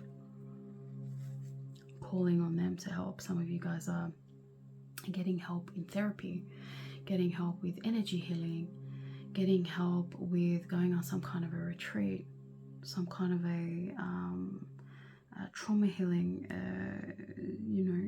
experience yourself with others. But you're taking the steps, you're taking the beautiful, feminine, intuitively guided inspiration and calling. Yeah, to take action, to heal yourself, to transform yourself, because you feel a calling within you. You know this is where you need to go. You know this is the path you want to go down, to ascend and to level up, because the ecstasy that's awaiting you is just amazing. Maybe some of you guys are feeling that way from hearing this reading, okay?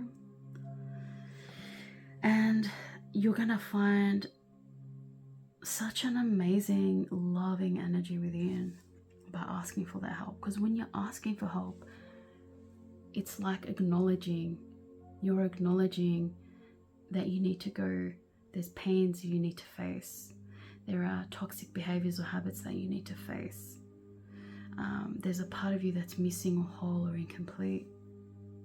You're recognizing it, and so by asking for help, you're shining a conscious light onto your subconscious and pains and darkness. And when you do this, that's like an automatic path to level up. It may be hard and treacherous and challenging on the way when you're feeling the pain and darkness, like this annoyance that I experienced with the neighbors, like the pain that came up, the triggers of the conflict, of the abuse, of the arguments. You gotta feel that and understand it and send it love and light in the form of, with my example, hey, Rima, you're fine. You're safe. You're grounded. Okay? So long as you're embodying love and light, and you're not embodying this hateful, resistant, resenting, resentful, vengeful kind of energy, you're not inviting that low vibrational conflict, argumentative, fighting kind of violent energy into your life. And guess what? If it does happen, that's one of the lessons of Saturn, to go, hey, you've learned the lesson by now, because you've lived it and breathed it, that so long as you embody love and light and good intentions for everyone and the highest good of all, and you don't want anyone to be harmed, right? You attract like for like energy, because energy, every type of energy holds a frequency and it gravitates towards its family. So if you're sad, you're going to attract sad people, for example, and you're putting that sadness out to the world. Like, I'm not saying it's a bad thing, but just as an example, there's nothing wrong with being sad, okay? But you don't want to stay there forever, because that's not the point of these low frequency energies. You're happy, you attract happy people. Love, you attract loving energies. You're passionate, you're attracting passionate people, right? When you're restricted and restrictive in your thinking, in your heart space, you're going to attract those kind of energies into your life until you realize, hey, there's two extremes of energies and feelings and emotions in this life. There's lower vibrating ones, which drag me down, which feel like they're holding me back, they're restricting me, they're suppressing me. I don't like the way they feel. They feel stressful, they feel forceful. And then there's other types of energies like love, and peace, which feel happy. Peace and loving and restful and just easy. That's what I like, and that's what I want more of. I don't like these lower frequency energies. I want less of that in my life. How do I figure it out and make it work in a way for me? It's our own unique individual experience, guys. You know? You have to figure out a way that works for you. Okay? And so you'll realize that despite your good, loving intentions, sometimes you're still going to get hit with challenges or pains or whatever. And at some point you realize this is karmic. This is me paying a karmic debt for something I did in this life, in my childhood, even potentially. I don't even know if we accrue karmic debt for that. I'm not sure. But from our past lives too. I've had that. I've had a heck of a fuck of a rough time with paying karmic debts in my life. Believe me. That's how I put pieces together and figured out who I was, what I did in a past life. Because I didn't control my emotions. I allowed my dark side to overpower me and to win. Therefore, I have empathy, a deeper level of empathy and understanding with people that operate from this dark perspective. Because I understand in my heart and in my soul and in my consciousness and my knowing the energy and the spirit of the subconscious, of the psyche, of the underworld, of darkness and pain, and unhealed, what it can do to people. Okay? Beautiful. And in so doing, you'll find and be reunited with this beautiful energy of love within you. Okay? Yeah? I just want this to show, ask. There you go. So if you want to look at it later, there it is. All right. This may be seeking advice or help from a spiritual advisor or something. I don't know.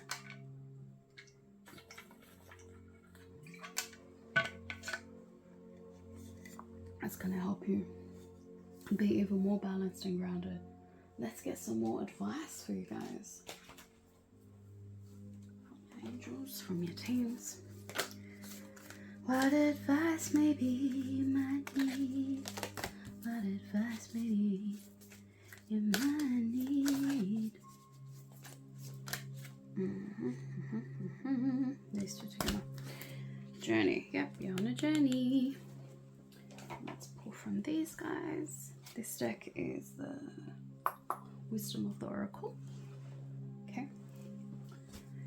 Wisdom of the Oracle, baby. Oh shit, truth be told. Damn, I'm gonna leave that up then, because I was gonna. One more. I know I got to break free. Co-create the universe. Okay. Oh, I forgot my tea leaf cards and my Lenormand. I love this deck. This is this deck. I love this deck, and it's by, you can find it on that website, by the way, because that's where I got it. It was one of those self-made oracle decks. Beautiful deck. Okay. Advice.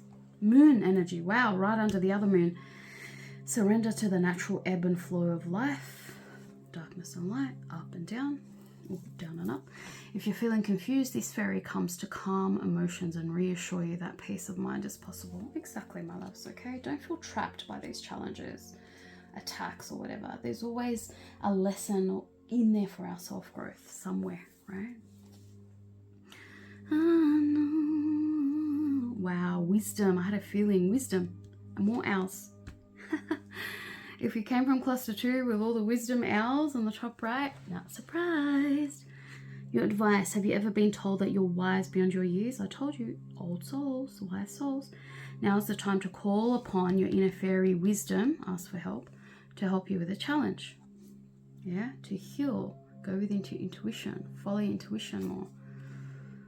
The fairy of time, which is Saturn. Saturn is also wisdom, I believe, isn't it? Because Capricorn is earth wisdom and earth consciousness, which goes back to the star card, balancing earth and cosmic consciousness. The fairy of time wants you to experience every moment fully and to make the most of your precious time, being mindful not to waste others' time either. Yeah.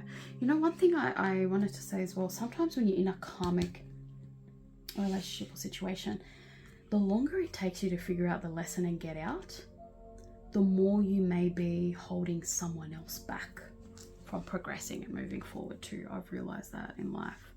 So they may start to get angry without even realizing, angry with you and want to attack you and shit. I don't know. I'm not to justify, but that's from personal experience. It's because on a subconscious level and spiritual level, they're like trying to make you uncomfortable enough to leave, to trigger you leaving, because it's like they can't progress and move on with their life because they've got a soul contract with you to keep triggering you and pissing you off until you're uncomfortable enough and you leave and you disconnect energetically from them, like, right? So then they can be released too and progress. Do you get what I'm saying? Here and now. Okay, let's see what that's about. Truth be told, here and now. Yeah. Okay. Let's put this here. You know that's future. Okay. Observer. Observe your emotions and analyze them. Emotions, feminine. Fox, masculine. Observe.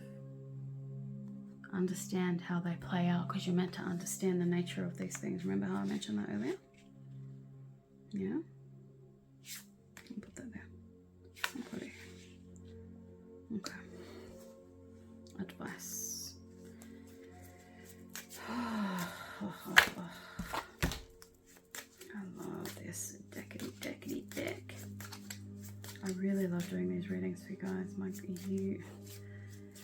I'm so passionate about it. Excuse me. That's true. I think it's time for a herbal tea. What time is it? 4 AM. Yeah. No more caffeine. Which one? I'm feeling at least one more from this deck. Can you see me shuffle? Well, not that you have to, but some people like to see it. I'll do one in front of you. This one. Yeah, bottom. Energy of the feminine, intuitive, receiving, expressing. Yeah, there's a need for you to heal that, and I feel like you know this now. So your subconscious, the energy of your subconscious has moved from distorted feminine to now listening to this reading going, hey, maybe some of you have healed that, at least maybe on a subtle cellular even level. No, cellular is deeper, isn't it? A more subtle level, you're healing and you're like, yeah, I know, maybe some of you guys have felt a heart expansion. While hearing this reading, I'm now going to pull from this tea leaf. Let me show you this deck. Tea leaf fortune cards. Okay.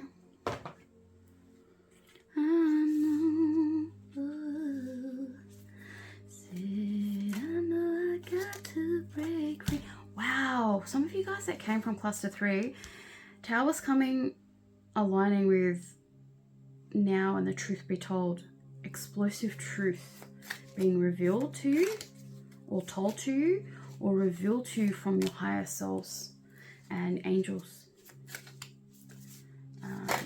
This particular deck I like to shuffle.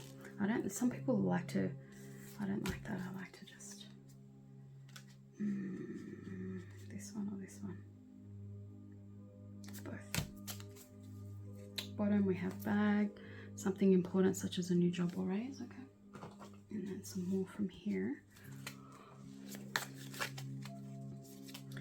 I know I got to break free. I'm feeling the energy of those, but which ones? Oof. I'm not gonna lie, I'm feeling all of this. Ooh. Yo! You need to defend yourself. Do you see how that shot out? Yeah, be clear like I was. Because sometimes you need to do that in order to trigger, maybe they had karmic debts to pay as a result of them trying to hurt us with the noise, especially after they knew that they were hurting us. And because we expressed it, we vocalized it, we said it, yeah, and it may have become a tit for tat had I remained engaged in this darker, lower vibrational energy, this sabotaging, just, you know, kind of Seven of Swords energy. But I came back to my love and heart space because that's what feels the most right for me. And I don't know, it feels like it's eased up. Who knows? If anything is meant to flare up, I know that's Saturn, that's karma at play. I like it wants to be that way. And sometimes, rather than sit there and swallow and be like, oh yeah, whatever. No, you have to express yourself and your authenticity. Especially if you feel called to. And because maybe then that's going to trigger their own karmic cycles then, or not. But it's also, for me personally, it doesn't feel right to sit there and go, oh hey, someone else is getting hurt or harmed or karma paying their karmic debt. Like I don't enjoy. I love my own darkness because I know it comes with ecstasy. Bottom of the deck, taking a vacation physically or mentally with rest. Some of you guys need it. Fuck knows I do, believe me. Oh my goodness. But yeah, it's like part of this mature soul growth and consciousness growth and expansion is realizing or knowing that if you get to know somehow that someone who hurt you in the past, like an ex or someone, is experiencing now after a few weeks or months or years or even decades, you hear or you know somehow that they're going through something similar to what they caused you. I don't enjoy that. It doesn't bring me happiness. It doesn't even really bring me satisfaction of like, see, they got what's coming to them. Even though I know very well that's part of the process of transformation, and it's part of the human design to experience darkness and light and karma, if like to pay off karmic debts, to experience the karma of our actions, and karma is that give and take. So if I say experience the karma of our actions, it's also if you've put out a lot of fucking love and beauty and healing and joy into the world, you're gonna experience that back. That's the natural law of energy on this planet. Yeah, it's balance, it's give and take. But I personally, I don't enjoy, if I ever know, especially the more I've risen and elevated up in wisdom and consciousness and growth, and I don't enjoy, if I was to know now that someone who hurt me is going through something rough and that, I wouldn't enjoy it. But I would understand it on a mental level. And I don't want my heart or mind or any part of me, my soul, my consciousness, my subconscious even, my body, my energy get to a point where I'm like, where I enjoy or there's a sense of satisfaction within me that that's happening to them.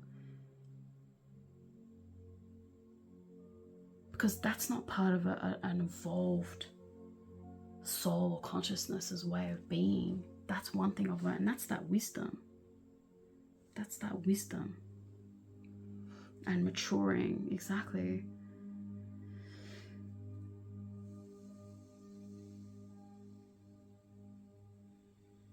If you came from cluster 2, you would resonate. Actually, I've got it right here with the image, because I kept it for me. I felt called to keep it. The wizard, the magician, the creator of our own destiny. Remember, co-create? I knew that was meant to come up for a reason. Co-create. With the owl again. Yep, not surprised. And the leopard. Okay? Because this is who we are at our core. We're pure divine, pure spirit, pure primordial, pure life force, life source, primordial creation energy. We create the life and the magic that we want. But there's lessons to go through. There's step by step. You can't bypass it. You can't take shortcuts. You understand? On a mental, emotional, spiritual, physical, energetic consciousness level on this journey. Sometimes those lessons we have to learn are more subtle. Yeah, but they're so satisfying and rewarding. And if you know, you know. And if you've gone through them, you'll understand and you'll know. Yeah? I feel called to pull these two. Temporary problems. It's temporary because they're designed to help us learn these lessons in leveling up in our souls and hearts, our minds and consciousness, is soul growth and expansion, consciousness growth and expansion. I'm going to pull these. Usually I pull from the bottom and I keep them, but I feel called to pull these now. December and unicorn. Use your intuition to make beneficial changes. Exactly. All right. This is similar to this. Maybe this beautiful peace finally. Maybe you're moving into a new home, new environment, the final completion, end of this challenging heart and emotional journey is going to come to a completion and end, and this beautiful heart expansion and growth and beautiful explosion, beautiful like expansion and awakening is going to happen by December. Wow, that's beautiful energy. All right. And unicorn, use your intuition to make beneficial changes from now that are going to get you to this point in December for a lot of you guys. Okay, I love it for us. And using our intuition helps heal our distorted feminine energy. Okay, oh, I'm feeling these two together. The slipper, a warning of harsh conflicts or arguments. See, Wasn't I just saying? I'm not surprised anymore, the synchronicities. But they're temporary. You understand? Turkey. Someone is behaving stupidly. Dude, you cannot make this shit up, okay? Alright? It's immaturity as well, this behavior. Okay? And you're going to know this. And if it's not happened to you yet, it may. Hopefully it doesn't. But if it does, you'll know why. And you'll probably remember this reading. Be like, okay, I get what's happening here. How do I grow from this? How do I get to a point where I'm the master, where I'm this master fucking wizard? How do I think like a wizard, like a magician? I just thought thief and priest, but thief because maybe someone's trying to steal something from you. Maybe someone's acting in a way that's like a thief. Maybe someone's trying to rob you of something that's yours, your energy even. How do I behave, you want to ask yourself, in a way that is this highly evolved, divine, wise soul, high priestess, magician, judge, yeah, pure consciousness energy, wise. And it's important to ground and tap into the here and now and align with the here and now and your pure consciousness, because that's going to allow you to tap into your higher self and the highest vibration that you hold within you. I'm going to keep this guy here. All right.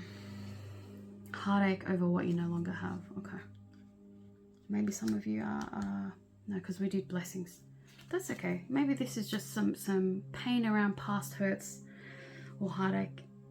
Or loss with the thief. Maybe someone took something from you, emotionally took your love, took advantage of your love, betrayed you, cheated on you,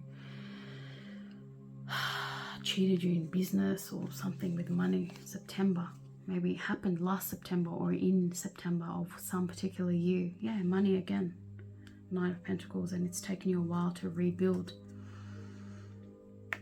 Okay. Maybe this healing is happening in September, but that's your guidance, is know that this stuff is temporary and use everything like that happens to you in life as an opportunity. Okay, learn to remove the faces and the names and look at the situation from a higher level eagle-eyed perspective. Where's the eagle? There. And the L. Wise, high perspective, high vibrational, which is what we are. Yeah? I love this for us. Camel. Persevere and you will overcome problems. Again with the problems. You see what I'm saying? Also, this card gives me that some of you guys have been going through this for a long time. But it's coming to an end by September, I feel. The life of a student is endless, as there is always much to learn with asking for help. Some of you guys, yeah, learning about how to defend yourself. Maybe some of you guys, this is giving me energy of like the shamans, like a warrior. Like, remember how I came? Where is that? Oh, my back. Peaceful warrior. Love that. That's also evolved, mature, evolved, masculine energy. It's realizing you are a peaceful warrior. Yeah. Like a shaman's shield. Maybe some of you guys, since there's been a lot of shamanic energy come through my reading since the dark moon, maybe some of you guys are learning, opening up your shamanic side of you. Yeah. But this is ancient too. I get ancient stuff here. Maybe some of you guys are going back into your past selves, past lives, some ancient knowledge, information, especially if you came from cluster 2. There was something about that here, I remember.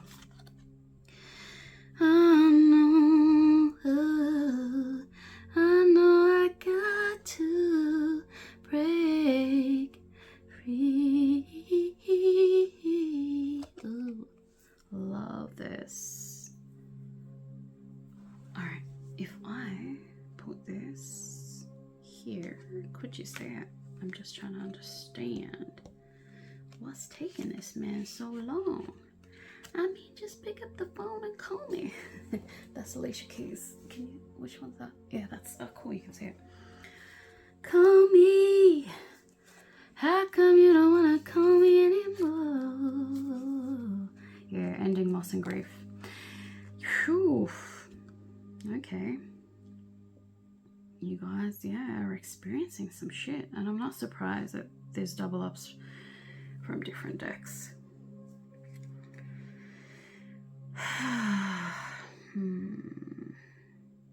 It's part of the growth and ascension journeys, my loves. It is part of it, okay? It's part of it. I know it's hard, but we all have to go through it. I'm sorry for any kind of pain you may be feeling, or you may be about to feel, or have felt in the past. But no, you know it's part of the journey.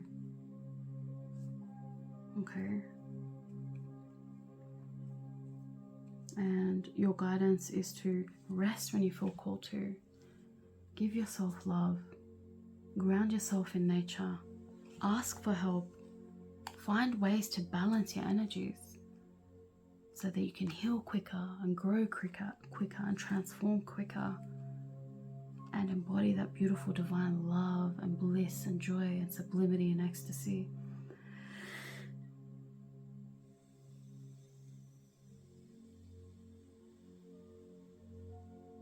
After all the pain and heartache and sorrow and grief, this may even be ancestral traumas too you're channeling, my loves. Okay? Pay attention to your health. Maybe some of you guys may have some health challenges. Yeah, maybe even in your legs or something. Stepping into a new experience. Maybe it'll help you transform and become a new version of you and start things that you never even conceived of. Truth be told, around love. Embody love again. Okay? Maybe you're going to have a health challenge or a challenge to your body or your physical health. The advice is to stay grounded again, but it'll redirect you into another path, another source of income, another business, another growth opportunity, another part of yourself that is going to help you embody even more love and expand into deeper and broader and higher realms of love and heart expansion and ecstasy, with so much love in this card, but quite a bit of darkness and pain. So it just comes with the territory, you know. Again, with the flag, waving the flag 3 times. Don't be tempted to lower your standards. Exactly. Okay, I'm gonna put this here now. Represents the healing power of sexual expression. Yeah, it's healing. You're trying to do something that's healing you. That's your authentic self. Some people may be trying to get in that way. Do it anyway, because you know your intuition is calling you to do it. It feels the most right for you. Yeah. Marriage. Ooh. I'm getting a marriage of energies. Came up at the bottom. May as well call it. Or an actual marriage or a union of 2 counterparts. And we had the attack energy towards your love and your heart and your relationship. See, and that's the reminder. Family sorrow. Oh. I don't know. Hopefully, you know, you guys don't go through anything too sad or traumatic. I'm not going to lie, I did pick up something with a transition. Maybe some souls are transitioning out of your life, and I send you infinite, eternal, beautiful, divine love and healing energy from now. You know, but sometimes playing with time and Saturn, you don't know how these things work. If you know about this from now, maybe there's a way you can go in and try and heal some ancestral family, like, you know, ancestral wounds and traumas, and infuse and surround them with nothing but pure love and light and ecstasy, and somehow relieve any kind of pains within your family, or, you know, the people that you hold dear. Okay, and send healing in advance. We should always really be embodying that and thinking about that, or at least on a subconscious level and in our hearts always. Like, my intention is for the highest good of all, pure love and light and ecstasy, and a mastery of alchemy and our darkness for everyone, and wherever these dynamics of darkness and light play out, because maybe that's not the case. in other galaxies, yeah, where divine beings live and exist. Maybe it's just the way. I almost took that as time. Yeah, look at that. I meant this time to get out of a situation. You'll know if that resonates for you, my loves. You'll know. You'll know, because you would have heard it from the start, and you'll know. The key is your love. Successful outcome to your problems. A lot of problems coming up, but love is the solution. You know this, okay? Marriage of equals, I just heard. Someone is extremely stubborn and unwilling to change. Leave that situation. Leave that energy if that's what's happening. All right. And this is here. Maybe around truth too, because I feel like putting this here. Oh, so beautiful. Rabbit. Guys. Maybe like something has to be told, or you have to express something, get something off your chest, off your mind. You need to defend yourself, say something, express something, express your sense. Remember how I coughed earlier on the throat chakra? I told you repression. In order to trigger this heart expansion and love and bring forth this marriage up to the surface.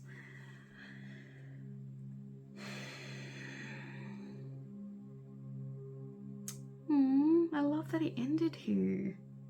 Maybe this is a marriage of your higher self and your current self. Maybe this is a marriage of you and your divine self, your higher self, pure consciousness. It doesn't have to be another person. Yeah, marriage, a union of you and a consciousness within yourself that understands its multidimensionality, or its, union with other divine spirits on this planet, nature spirits, plant spirits, nature elements, the spirit of nature elements, water, fire, air, earth, okay? Where are these earth?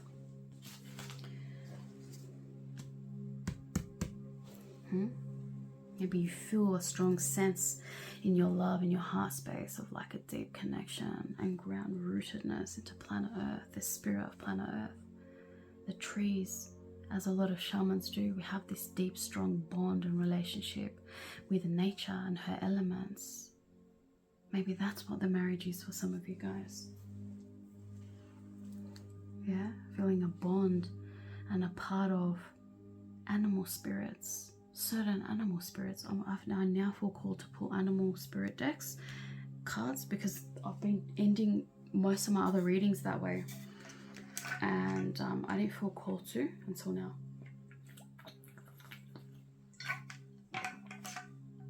I was gonna end it there, but let's do some animal.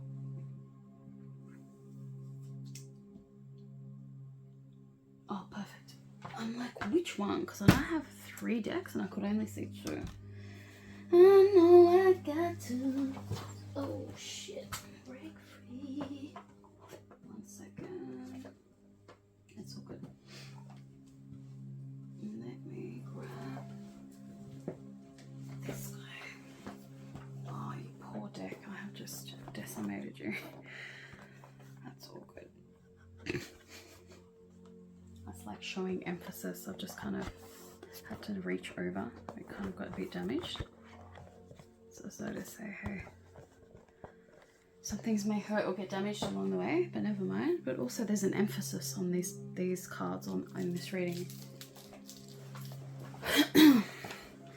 Some animal spirits who may want to communicate with you now, work with you, who are letting themselves known, showing themselves, letting themselves be known that they are surrounding you, protecting you, and or want to connect with you, want you to communicate with them, want you to connect with them, want you to speak to them, want you to read more about them, look up the spiritual meanings of them, understand their nature and how they operate and work, and see if you feel any resonance, or like, for example, you're seeing a lot of lion. I may get lion in this deck now. There's lions come up twice here, and this, yeah, the lion.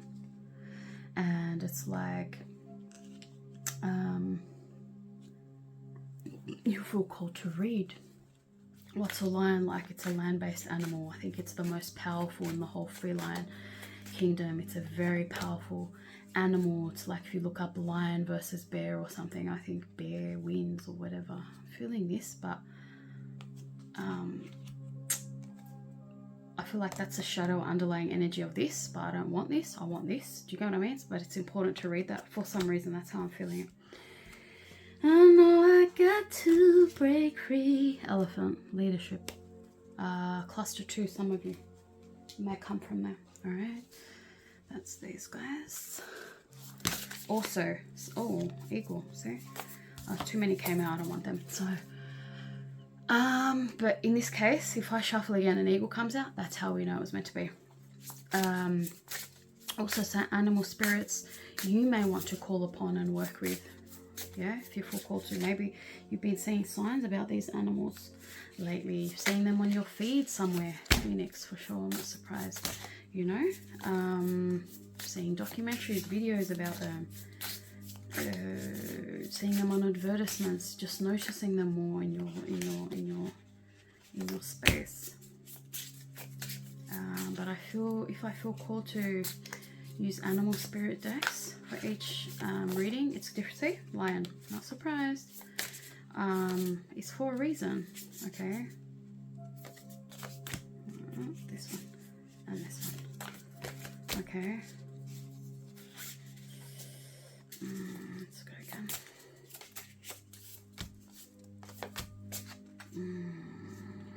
That one and panther at the bottom. Nice. Okay. That's a lot. That's a lot. But that's okay. We've got a lot of people here, so that's okay. That's all good. And there's a lot of animals out there. Snow leopard. That's the actual that's the image of the actual deck. So there's a reason. And she's just come up 3 times. So snow leopard may be very significant, very strong, very powerful for some of you. The watcher. Okay? Maybe you've got snow leopard watching you, protecting you. Maybe you were a snow leopard in a past life. If you're the kind of shamans and shamanesses and these kind of souls, you're gonna work, embody this level of consciousness, and you're gonna feel and understand what I'm saying at a deep level. All right.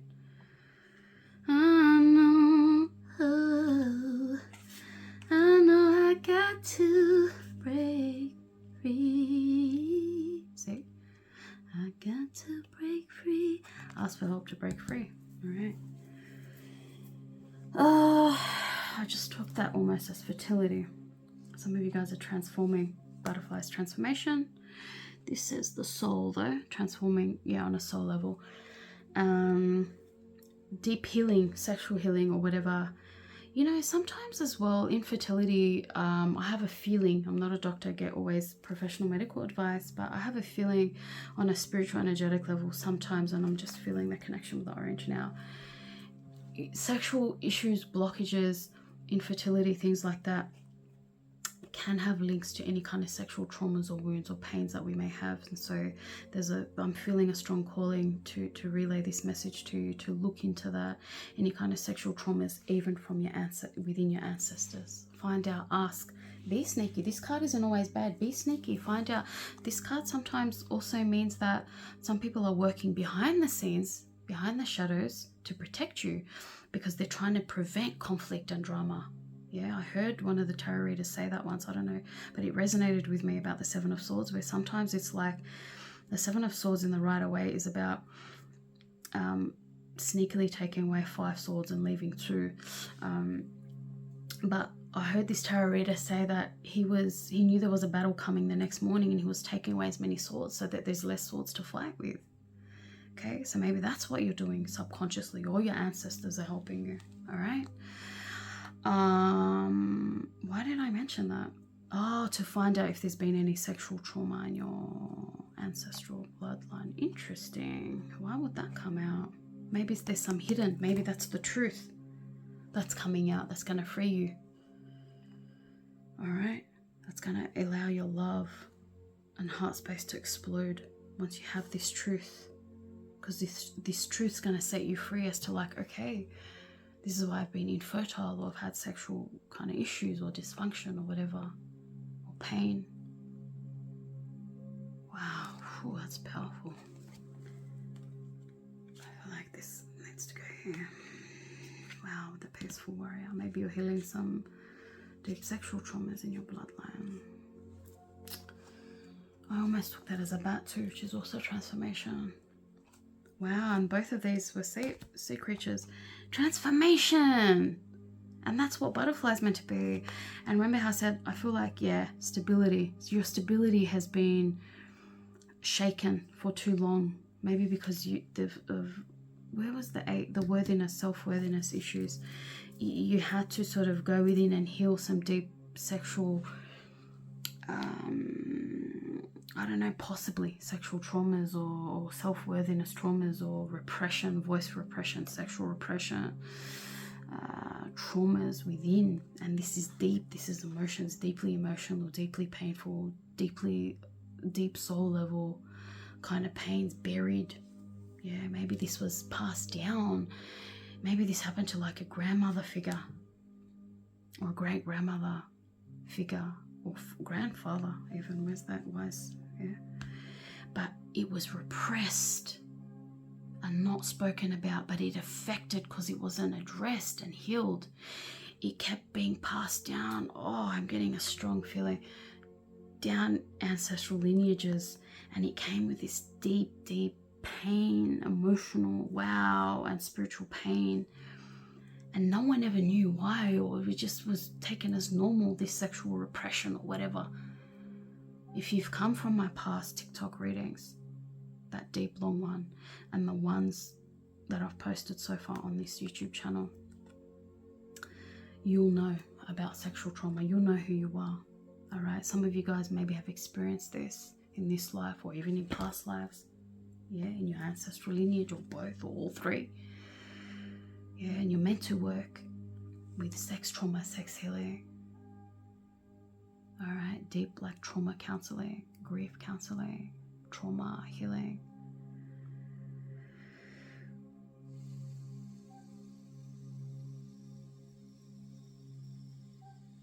For some of you guys, there's deep transformation here on this front. The emotional, the sexual, the spiritual soul level.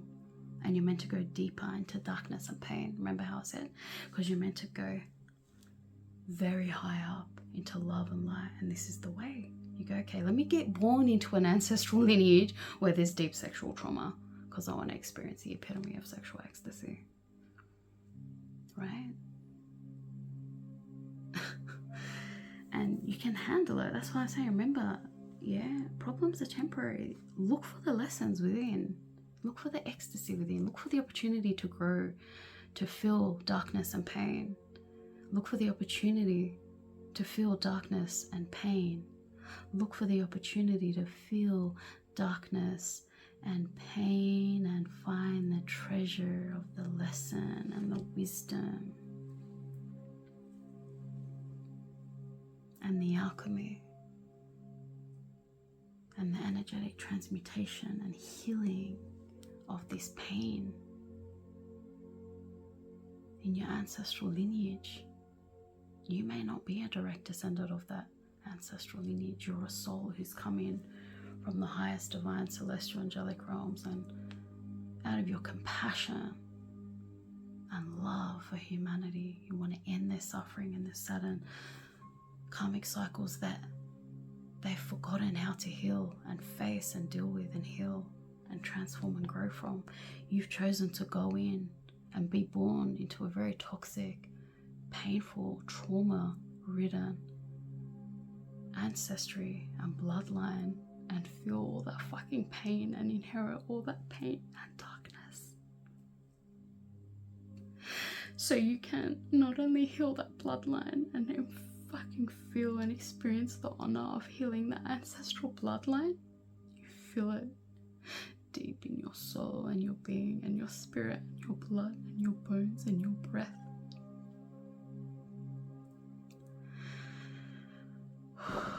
But you're healing a fabric. You're healing a piece within the fabric of time and space and the universe, and it's that level. If you resonate at that deep and higher level, you'll get it, because that's the depths and heights that I go to.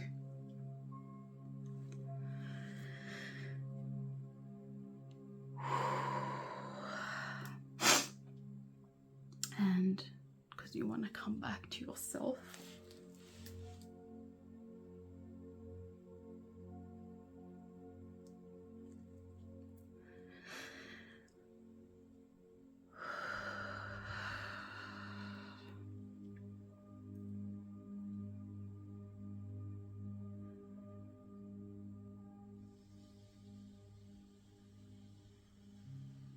Your pure divine, cosmic, celestial, alchemist, alchemical, ecstatic selves. Because you are bliss and ecstasy itself. Oh, wow. See why I said I wanted this to come up? But I was feeling this because this is the depths and the roots of transformation, this pain and this deep emotional and spiritual pain and darkness and trauma. And it's such an honor, it feels like such an honor to go in and do this pain healing. It's deep, it's not for everyone. It's deep and holy and sacred, and as deeply and extremely and intensely painful as it is, it's also simultaneously deeply happy and peaceful and joyous and satisfying and blissful and ecstatic, because we are those fucking souls. We are those true fucking phoenix eagles. Yeah.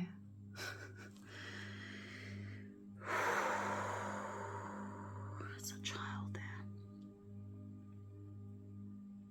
Yeah, we're healing these at this level before we have children, some of us, so that we don't pass these traumas down onto the next generation and keep it going. We're here to do massive heart and soul level transformations for some of the most hurt and repressed and oppressed and suppressed and, you know, dark energy vibrating and painful and hurt and traumatized souls and ancestral lineages. Holy shit. And that's the eighth house, Scorpio, transformation, the occult, and deep emotions. Okay, I'm gonna leave you here. You're gonna be the master now. You're gonna be the master phoenix on show for everyone to see. Secrets, didn't I tell you? And it's right under the truth be told. I'm not surprised anymore. And marriage, there's two, and marriage, yeah, the union of two things. It's probably gonna, this healing within is probably gonna trigger your union with your counterpart, your divine counterpart, because it's like you had to heal this finally and understand the wisdom of it, since it's coming up on top of the wisdom cards.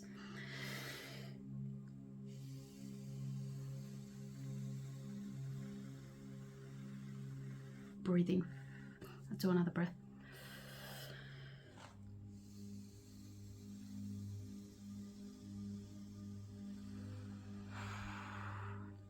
Before these two unions come together explosively. Wow. Oh shit. Peregrine falcon. Of course you are. Observation. Look at that. Observer. Alright. There's no, we don't make things up anymore on this channel. No, we never do that. What I meant to say was, like, nothing is surprising anymore to us on this channel.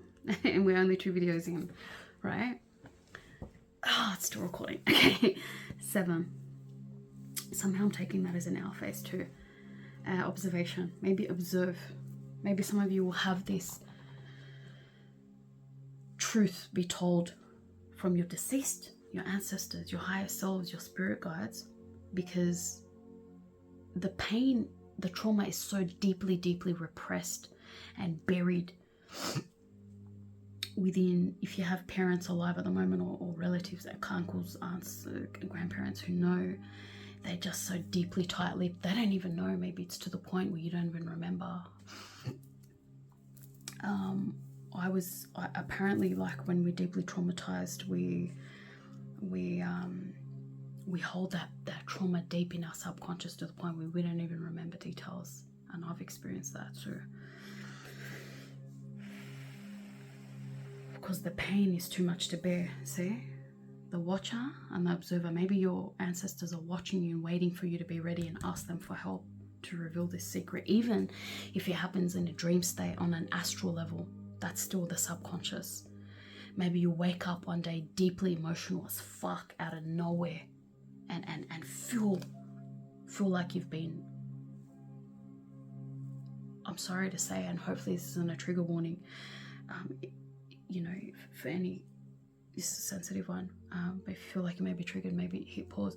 You may feel like you've been sexually abused or raped, or you may have flashbacks to even being a prostitute, or feeling that, because that's, and maybe getting abused for being a prostitute in a past life, or your ancestral lineage. You feel that these emotions come out of nowhere. I've had this. This is how I know when it comes out of nowhere, or it's like something I've never experienced, or there's no conscious logical explanation for it. I know it's my subconscious and consciousness working together. This is a deep pain and trauma that's coming up that I wasn't aware of within me, my past lives, my childhood, my subconscious, my ancestral traumas.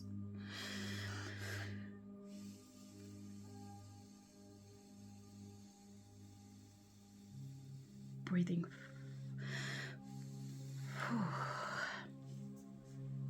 Maybe some of you guys, your ancestors, your parents or whatever have passed away. You have no family, so you're being asked to observe any patterns, any feelings that may come up, especially when you ask your ancestors to help you.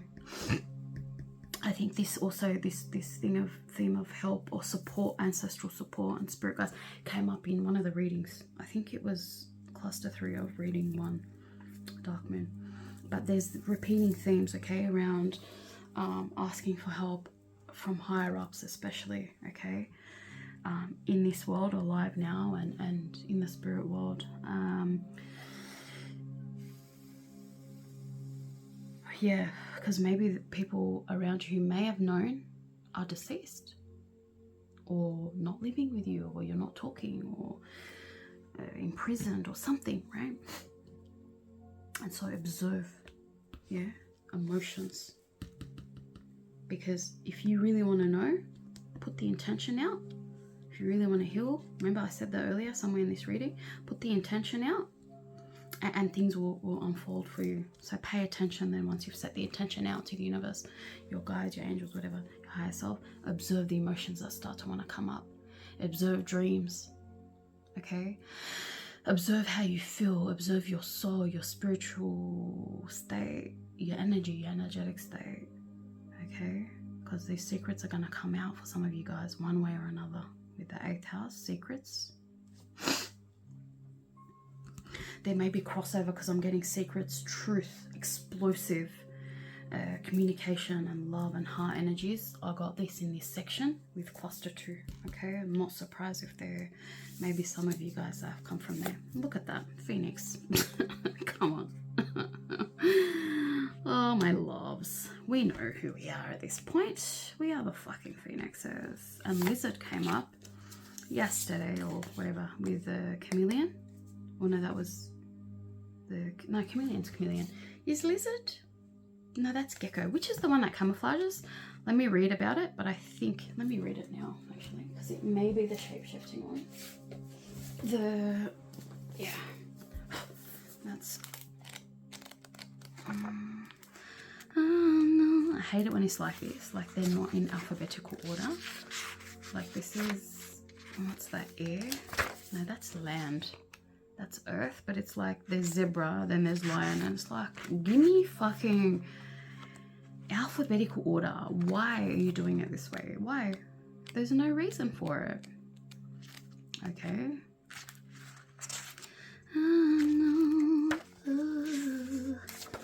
There we go. Instinctual, sensitive to the subtle. We got that earlier. Dreamer. The lizard is an expert in the realm of sensory perception. Observation, twice. As if he has a sixth sense. The lizard hears what is yet to be spoken. Wow.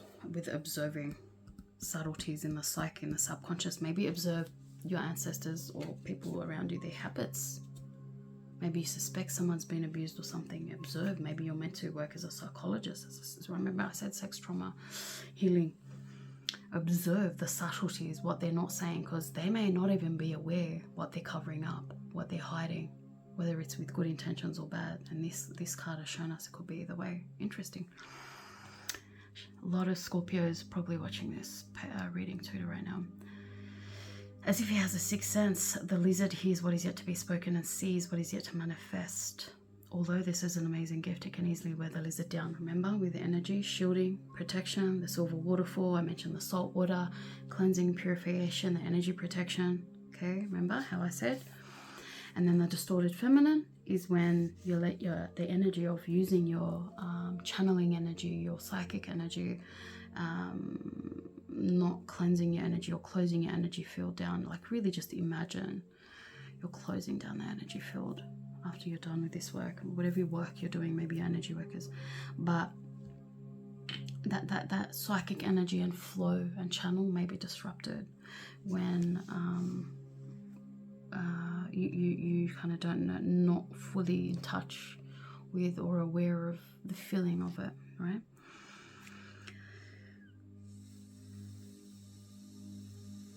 Yeah.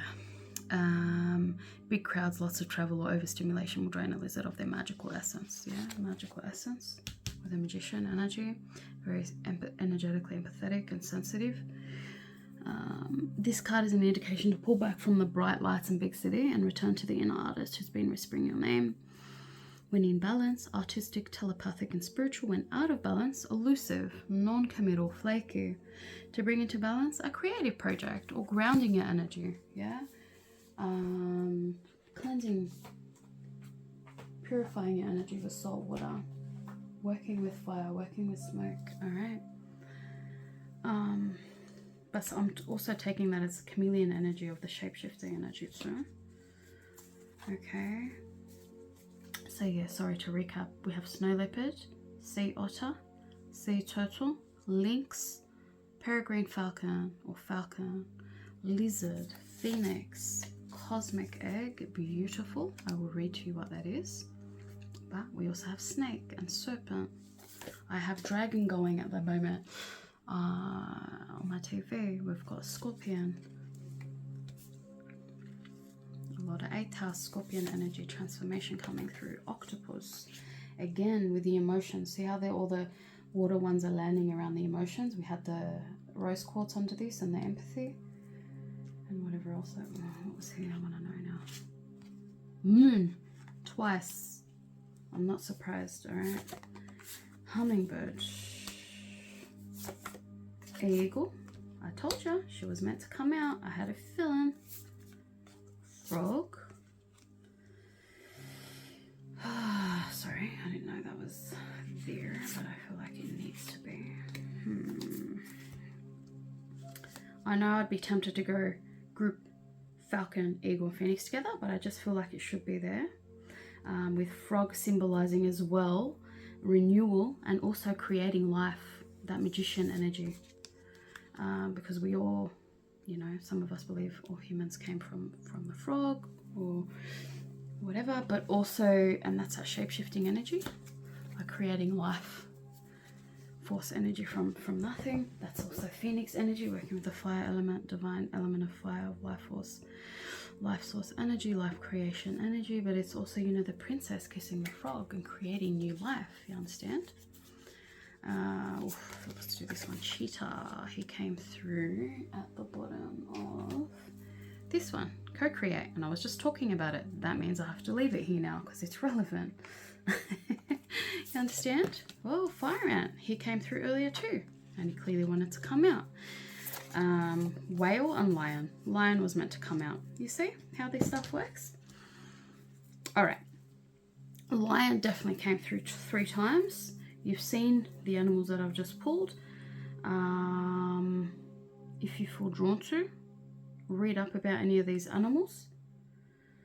The one I did feel drawn to tell you about was cosmic egg, and I'm feeling octopus and hummingbird and cheetah and fire ant and whale. Alright. Cosmic Egg. It's the very last one in this deck. Completion, harmony, the infinite within the finite. The Cosmic Egg is the final card in the journey of the Animal Spirit deck, and it represents the unfolding of cosmic consciousness. Wasn't I just saying? Beautiful with the Star card. I love this. And then for me, there's a level higher up. There's like, you know, earthly consciousness, which is Capricorn energy, and cosmic conscious, which is Aquarius energy. Me as the Aquarius, I'm delivering this message. Maybe that's meant to help. I don't know. Then there's higher levels. There's astral. I don't know what sign that may be associated with, but the highest, the epitome, is that celestial consciousness, and that's pure Piscean Neptune energy. Remember how Neptune came through earlier? Okay. So there's still levels higher than the cosmic consciousness, I believe.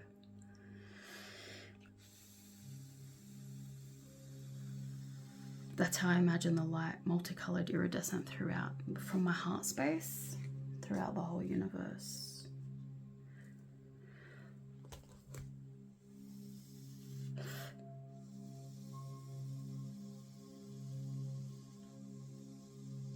Beautiful.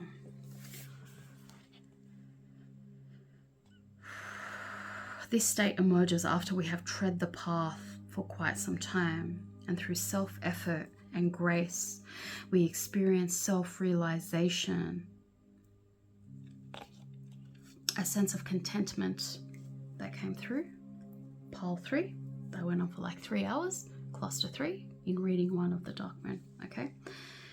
A sense of contentment and oneness spontaneously arises within us, and the veils of our self-limiting beliefs are lifted.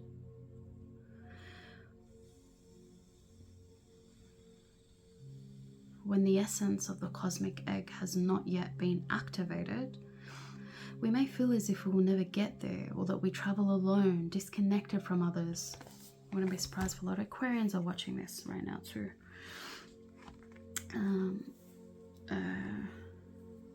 Even if our encounter with this card is brief, appearing as a momentary glimmer or flash of interconnectedness, its potent energy stays with us.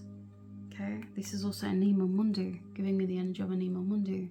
All right, the divine spirit that courses through the veins of everything in existence. All right, that's pure divine embodiment and divine consciousness. Okay. The cosmic egg is a remedy for the fragmentation of modern life. It is through the power of this card that we are reminded of the cosmic contract written at the beginning. Primordial time. We hold on to life, and life holds on to us. The journey is complete, but it does not end. Eternity, immortality, you understand? Let's read about octopus and hummingbird. Twinkle, twinkle, little star, how I wonder what you are. Twinkle, little star. Reaching, yearning, lacking boundaries and direction. The octopus signifies a wonderfully perceptive mind paired with a lack of healthy boundaries. Unfortunately, this results in well-intended but messy relationships. The octopus entwines itself into other people's business and shares their own without restraint. They believe that's what it means to be close. If you notice, after spending time with someone that you feel drained or uneasy, the essence of octopus is at play. Begin to establish healthy boundaries.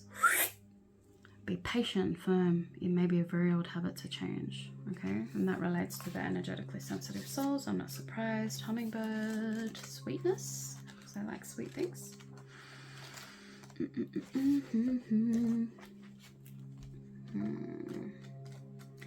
Oh, Mr. Hummingbird, where are you? Where are you, Mr. Hummingbird? I love you. Here you go. Positive, enthusiastic, spiritually resourceful. Inside the tiny hummingbird resides an endless well of energy and positivity. The hummingbird, whoops. I love the colors. The hummingbird's secret is that it has learned where to gather nectar, ecstasy, and it returns to these sources daily for nourishment and rejuvenation. For some of us, we may take that as darkness and pain because we're sadists, but we're pure divine beings and goddesses and gods, and we know that's where nectar and ecstasy comes from, the darkness and pain, the underworld.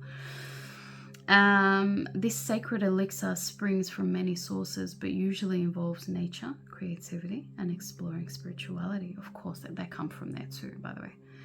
Follow the way of the hummingbird and you cannot go wrong. Every droplet of life becomes sweet. Every moment becomes worth savoring. Okay, beautiful. I love it. And cheetah and fire ants. I know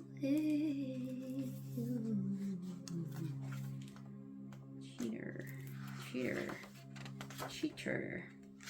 Maybe some of you guys have cheated, betrayed someone, and that's the truth that needs to come out, or vice versa. Solar force, action, achievement, masculine energy. The cheetah is the epitome of the solar forces at work. The sun doesn't shine onto the cheetah, it shines from inside this great creature and expands outward to brighten the universe. The energy within a cheetah personality is palpable to others. This is giving me King of Wands energy, and they naturally attract an audience to bear witness to their remarkable achievements. Purpose and passion are the best fuel for a cheetah's forward momentum. So if you're lacking in those areas, reconnect to the why before you start running. Okay, the why is the feminine, and running is masculine. That's a repeating theme here. Allow your feminine energy, your intuition, something that feels right,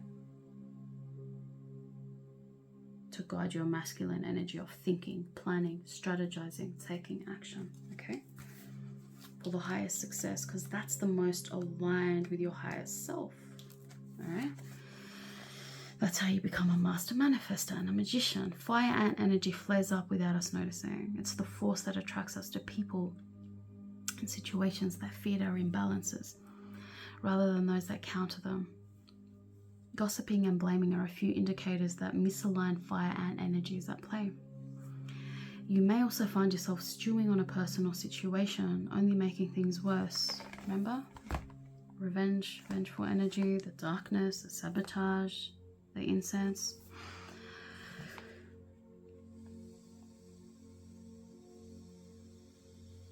How can you break free? Oh, come on.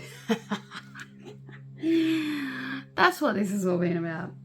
I know I got to break free from the drama and cool down. Fire ants are surprisingly sensitive. Don't pretend the heat isn't getting to you, all right? And the last one is whale, and we will end there. And I will go to sleep at some point. Where are you, Mr. Whale?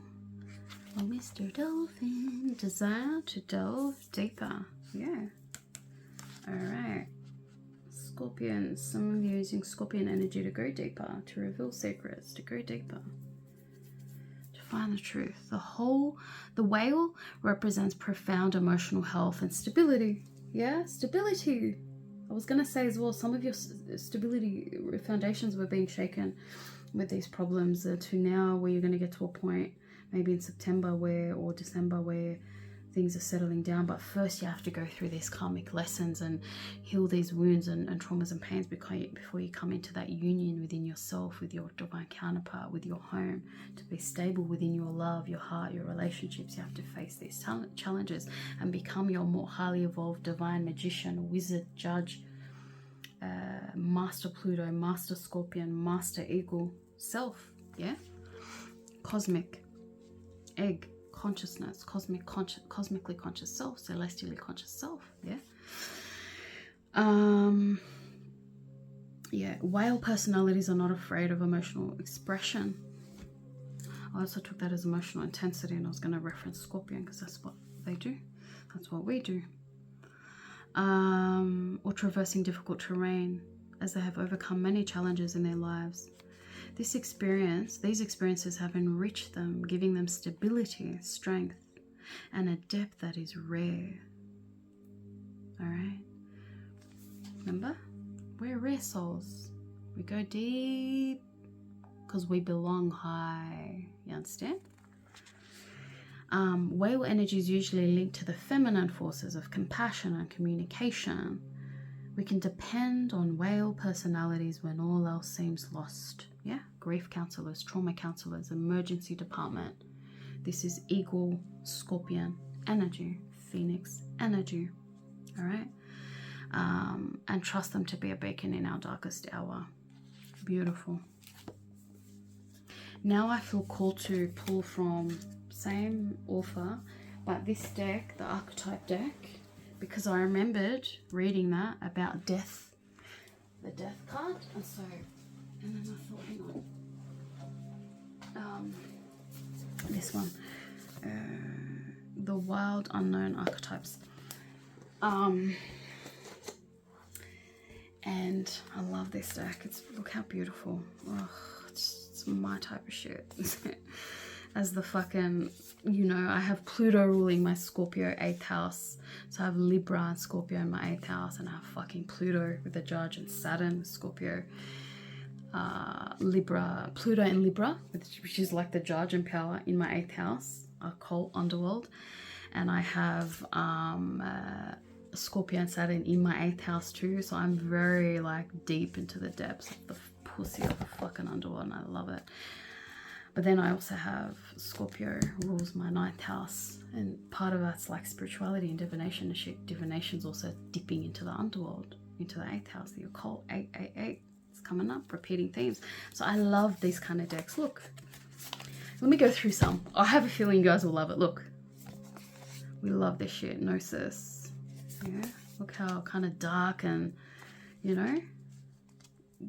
it fucks with the depths of the Scorpion fucking pussy and soul and spirit and psyche and subconscious and underworld, and fucking love this shit. And I've also got my sun in the 12th house, so I like shine in the heart and the realm and the fucking pussy of the underworld and the subconscious. I love it. I'll go through some. Look, I don't wanna see the underworld, and it's just like, and those of us who are visuals and artists and creatives would appreciate this even more. The Bardo, I really love this. Like, it's actually freaking turning me on. It's just, I can't. Whew. All right. Yes, I resonate with this. With this archetype, with this archetype. No, it's a little bit, it's not even forced, but it's like not coming actually. But when it comes, it haunts me, for fuck's sake, I really want to go through all of these with you. I just feel like it, and I feel like you're not even in a hurry. If you're meant to stay, you'll stay. If you're not, you're not, and it's fine. I really don't feel a need to force and rush it. The creator, the magician, that's what we are. You start to fuck with those of us who are artists and creatives. The very pure divine, like the very pure spirit and essence of divinity, like infuses into your spirit and essence and being and imagination and heart, soul, and pussy and body and mind and energy and chakras, and it's like,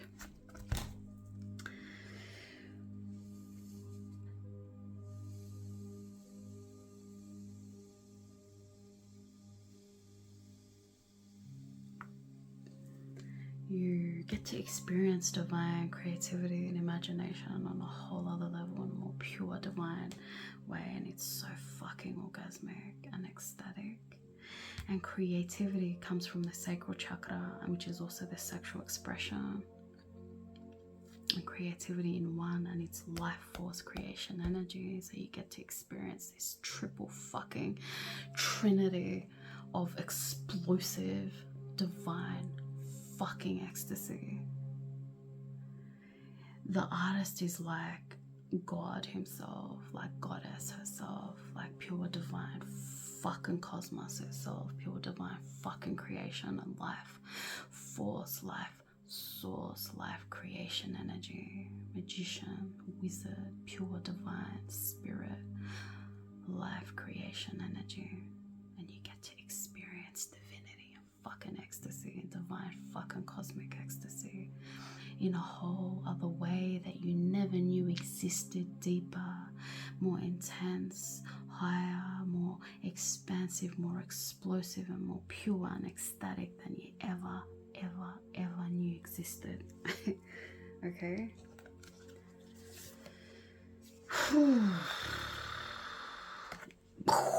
And this is where the tower is.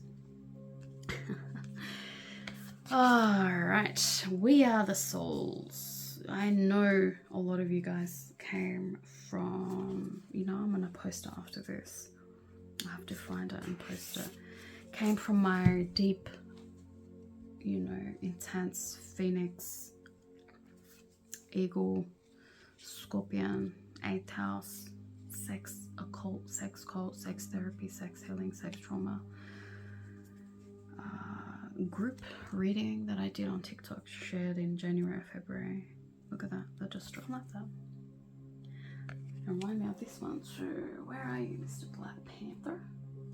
Black Panther? Where's that tick? Here. Round. Savage. And we're just talking about controlling your emotions with the strength.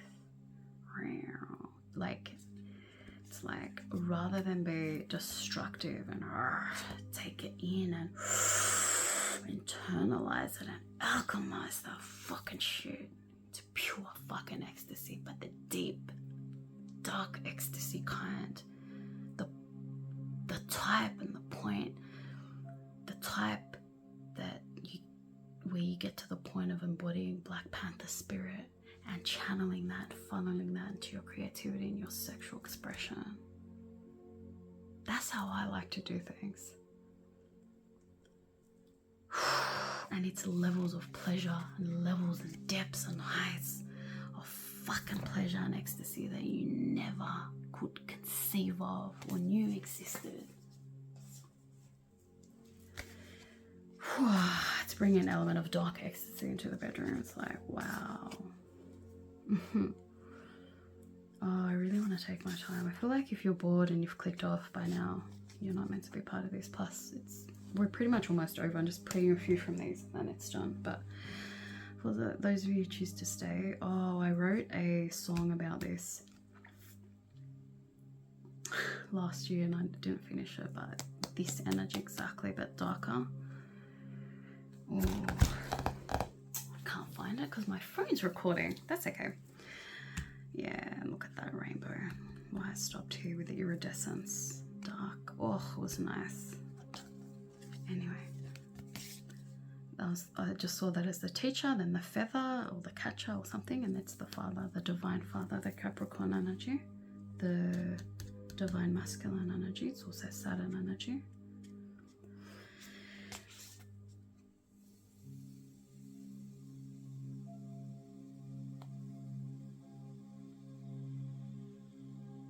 Just breathing out. Oh yeah, that's that thread that I was talking about earlier, the Anima Mundi thread. It courses through the veins and the blood of everything in existence.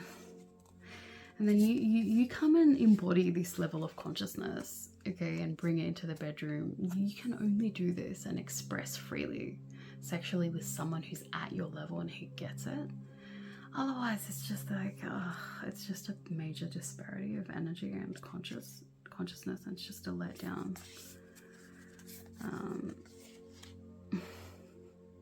So that's that. The healer, beautiful, my love. You guys have amazing energy. I know a lot of you guys are my soul tribe, especially if you've stuck around to this point. Look at this. I would love to hang around with you guys, my mystics.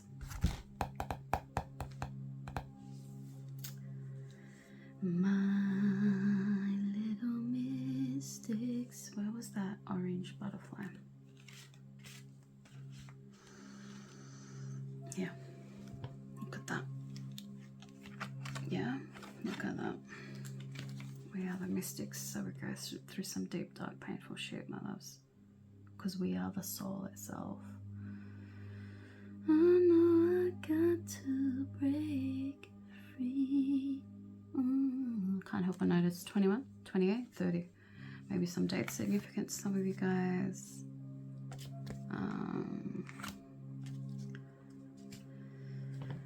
Oh, this is nice. I just love you guys. Like, I just love this energy, man. I really, really do. Because you go through life, like I'm 41, I'm an Aquarius, so I'm naturally a loner and have been most of my life. You go through life so fucking alone, especially when you have to go through it dark and unaware of your ancestors, the spirit world, your angels, to feel the depths and the intensity of that pain of aloneness and darkness and depths of that pain and torture and torment, so that once you do come into union with at least one person, your divine counterpart, and then start to open up to your and attract your soul tribe like I am with you guys now, and like-minded souls, it's such an ecstatic feeling of relief and ecstasy. It's like, because we're the fucking phoenixes, and not everyone's built for this, my loves, but we are, and it's hard as fuck. So the feeling that I'm feeling now is like, hey, I'm finally connected to some like-minded fucking souls. But it's not even sad, it's just so happy right now. It's beautiful.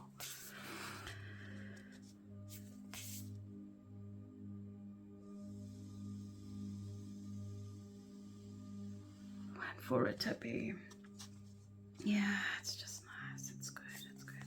Anima Mundi, I love this concept and the energy of this spirit. If you tap into it, it's so beautiful. If you consciously want to, you'll start to experience it, observe it, and embody it, and feel it, and experience it. It's so beautiful, this consciousness of Anima Mundi, that we are the pure divine fucking spirit that exists everywhere through all space and time.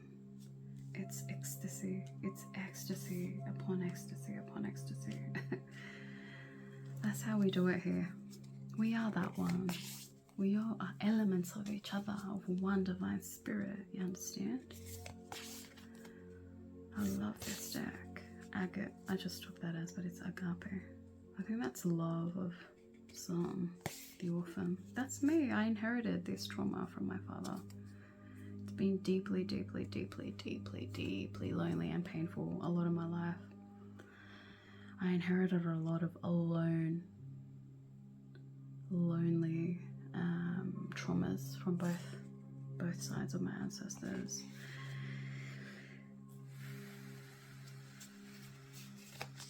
And I realized recently that it was because I was meant to realize and come back into union with my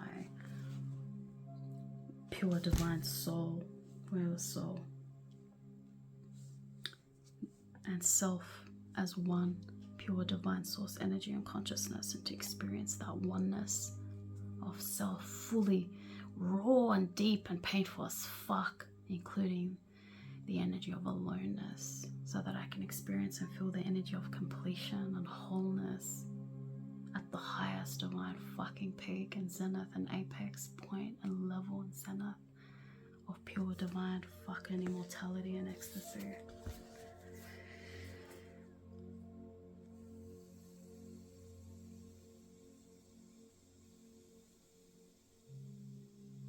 Because that's fucking eagle energy, and that's fucking phoenix energy, and that's exactly who the fuck we are. Alright? Wow. I don't know. This is divinity fucking in my soul, and I love it. That's who we are. I'm gonna put this here, but then you can't see it. I don't think you can. So let me do this then.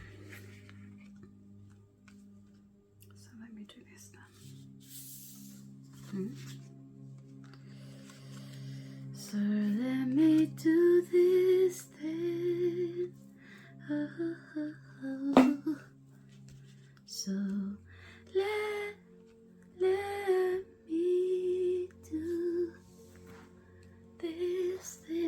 actually cannot see the bottom because the camera stand is blocking it. So anyway, I'll just assume you can see that. You'll love that. How awesome would that be on like a group soul tribe? Fucking deep dark. Ecstasy, Alchemy, Mystic, Eagle, Phoenix, Shaman, fucking soul tribe, black leather jacket, motherfuckers. And those of us who fucked with that Memphis Blues Trail energy that I was picking up on in that TikTok reading, you'll know exactly who you are, who we are. The venom, I love that. Look at that, the fangs of this shit.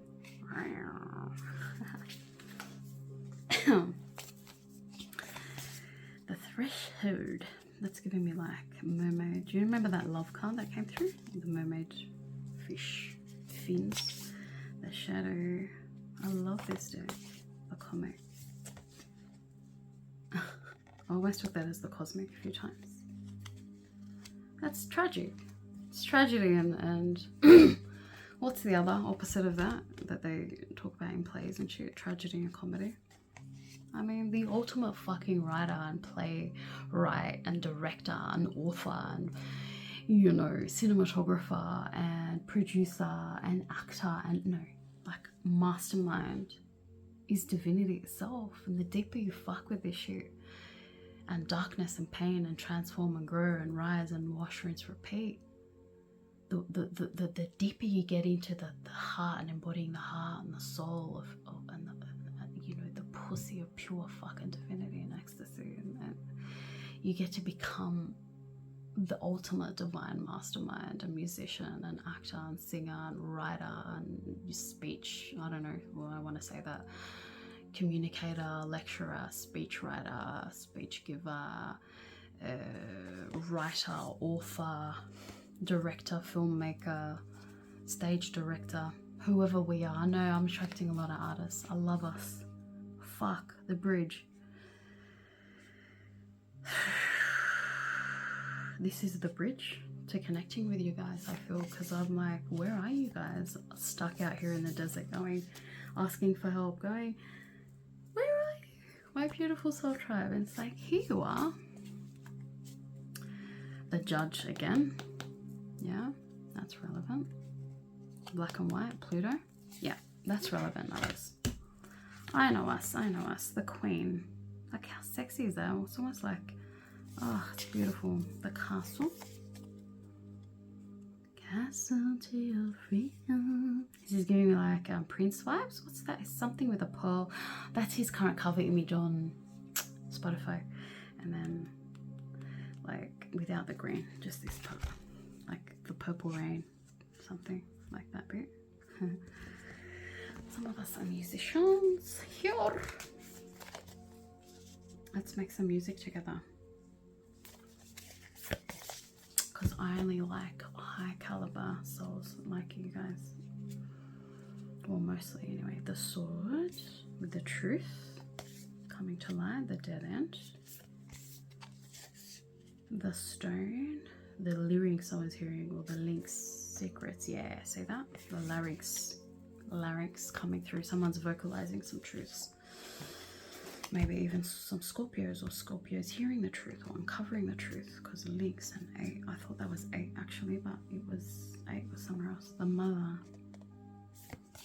the crone, the temple, the shapeshifter, remember, with the lizard. That's relevant. I love this. Let's leave you here. I like shape-shifting energy. Don't we, my beautiful Piscean souls? We love to shape-shift. Ooh, ooh, ooh. The mentor. Some of you asking for help and getting very high-level cosmic wisdom level advice. Teacher came through in another reading.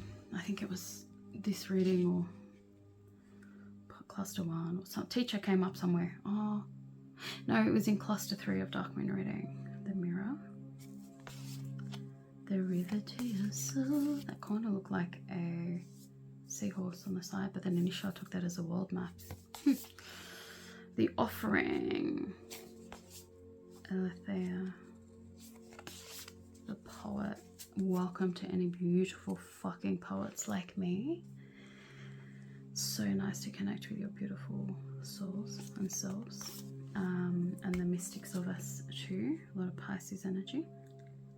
The ocean, deep emotional souls. Yes, we are. Eros, erotic, sexually expressive, pure divine fucking ecstasy.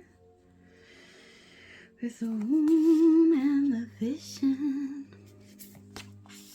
Thanatos. I think that's the one that I wanted to read about that had crossover to the whale.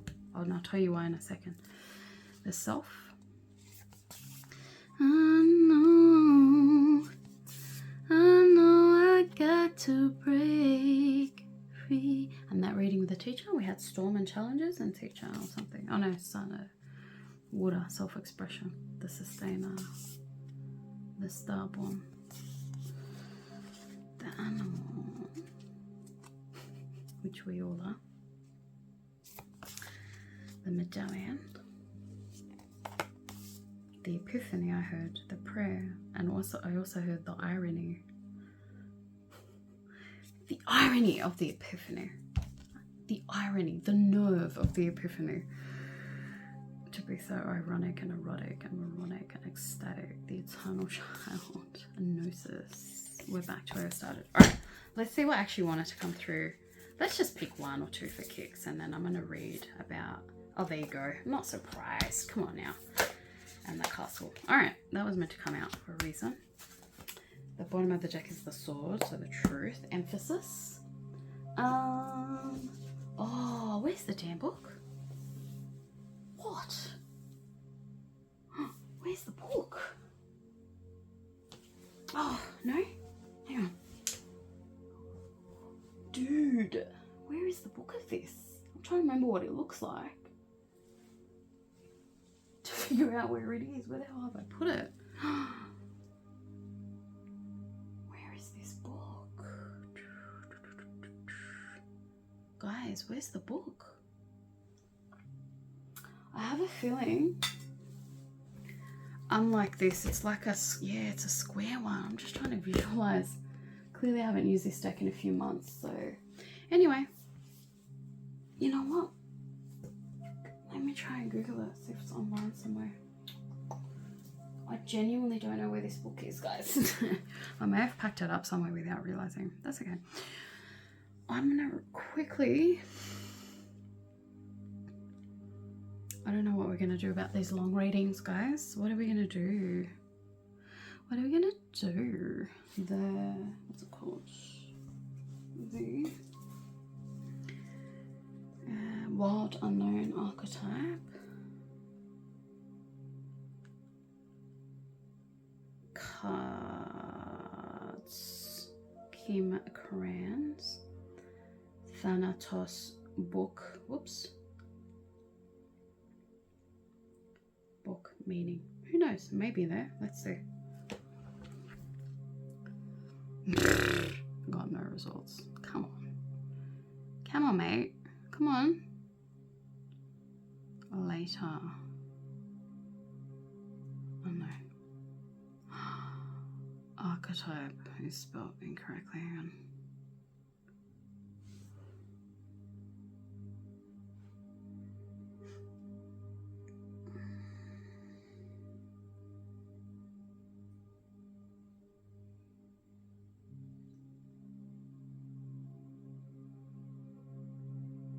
Oh. Oh no, this doesn't. That's the one. Ah, it's a colored book. Look, I'm stubborn. I really want to know. That's how I get. I just fucking want to know. Let's see. The archetype of Thanatos, on the other hand, is one of the initiation. Yes! Pot. I may have it. Where is it?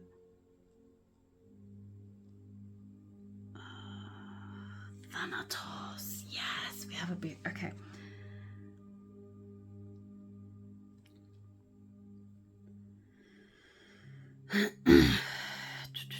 The archetype of Thanatos, on the other hand, is one of the initiations.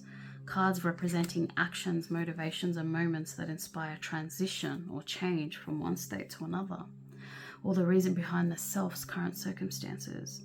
Thanatos is named after a Greek god of death, so a very interesting resonance with Persephone, goddess of the underworld that she was talking about that earlier, and represents a motivation coming for the end of a cycle, karmic cycles.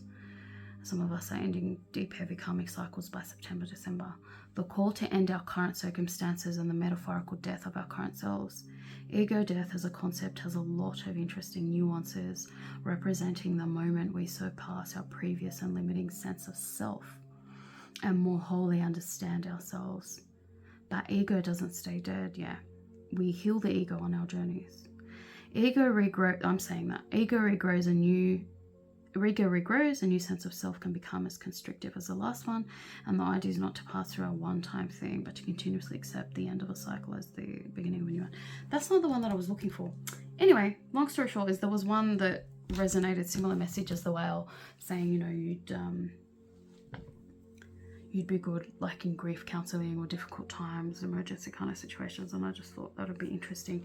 But see, I felt the calling intuitively to do that, and instead it led us on a journey of going through all these beautiful cards and you guys experiencing the level I like to fuck with mysticism and divinity and all this stuff, and potentially connecting with you guys on a deeper soul tribe level, creative, artistic, musical, writing, whatever we're doing, right? And beautiful. I mean, it's, you can't really ask for anything more, guys. I'm going to end this. Mwah! Show your infinite divine love and ecstasy. Love you guys. My loves, I hope you're doing amazing. I found the book. I'm just having like lunch at 6:30 a.m. and then I'm going to sleep later. It's my cycle. Okay? And being a stubborn, Scorpio driven, spiritual, divination shit that I am, I wanted to share it with you. So it was the right card. It was Thanatos.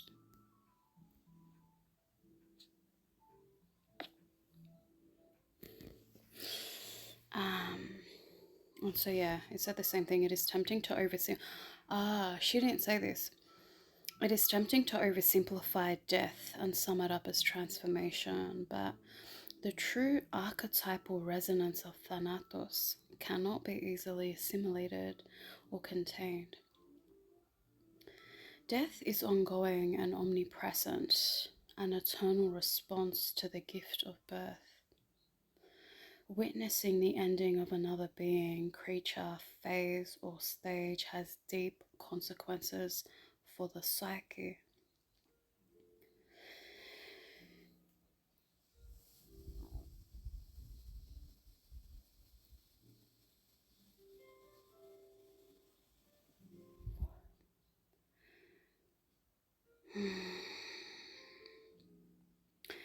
We are forever changed by Thanatos as it sweeps us under its wings, making us relinquish control in every form.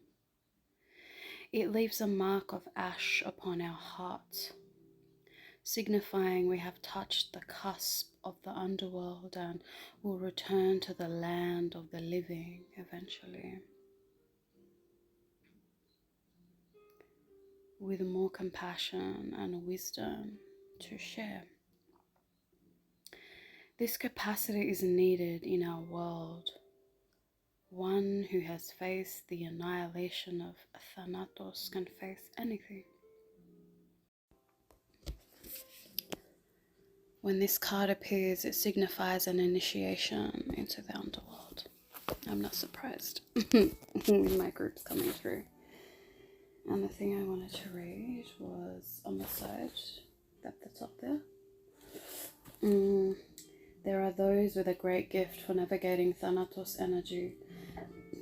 Excuse me. Thankfully, we find these generous souls in emergency rooms, hospitals, hospice centers, and the like. So that was echoing the whale message, if you remember. Okay. Thank you. Love you. I love my new soul drink. Ecstasy. Look at my roof.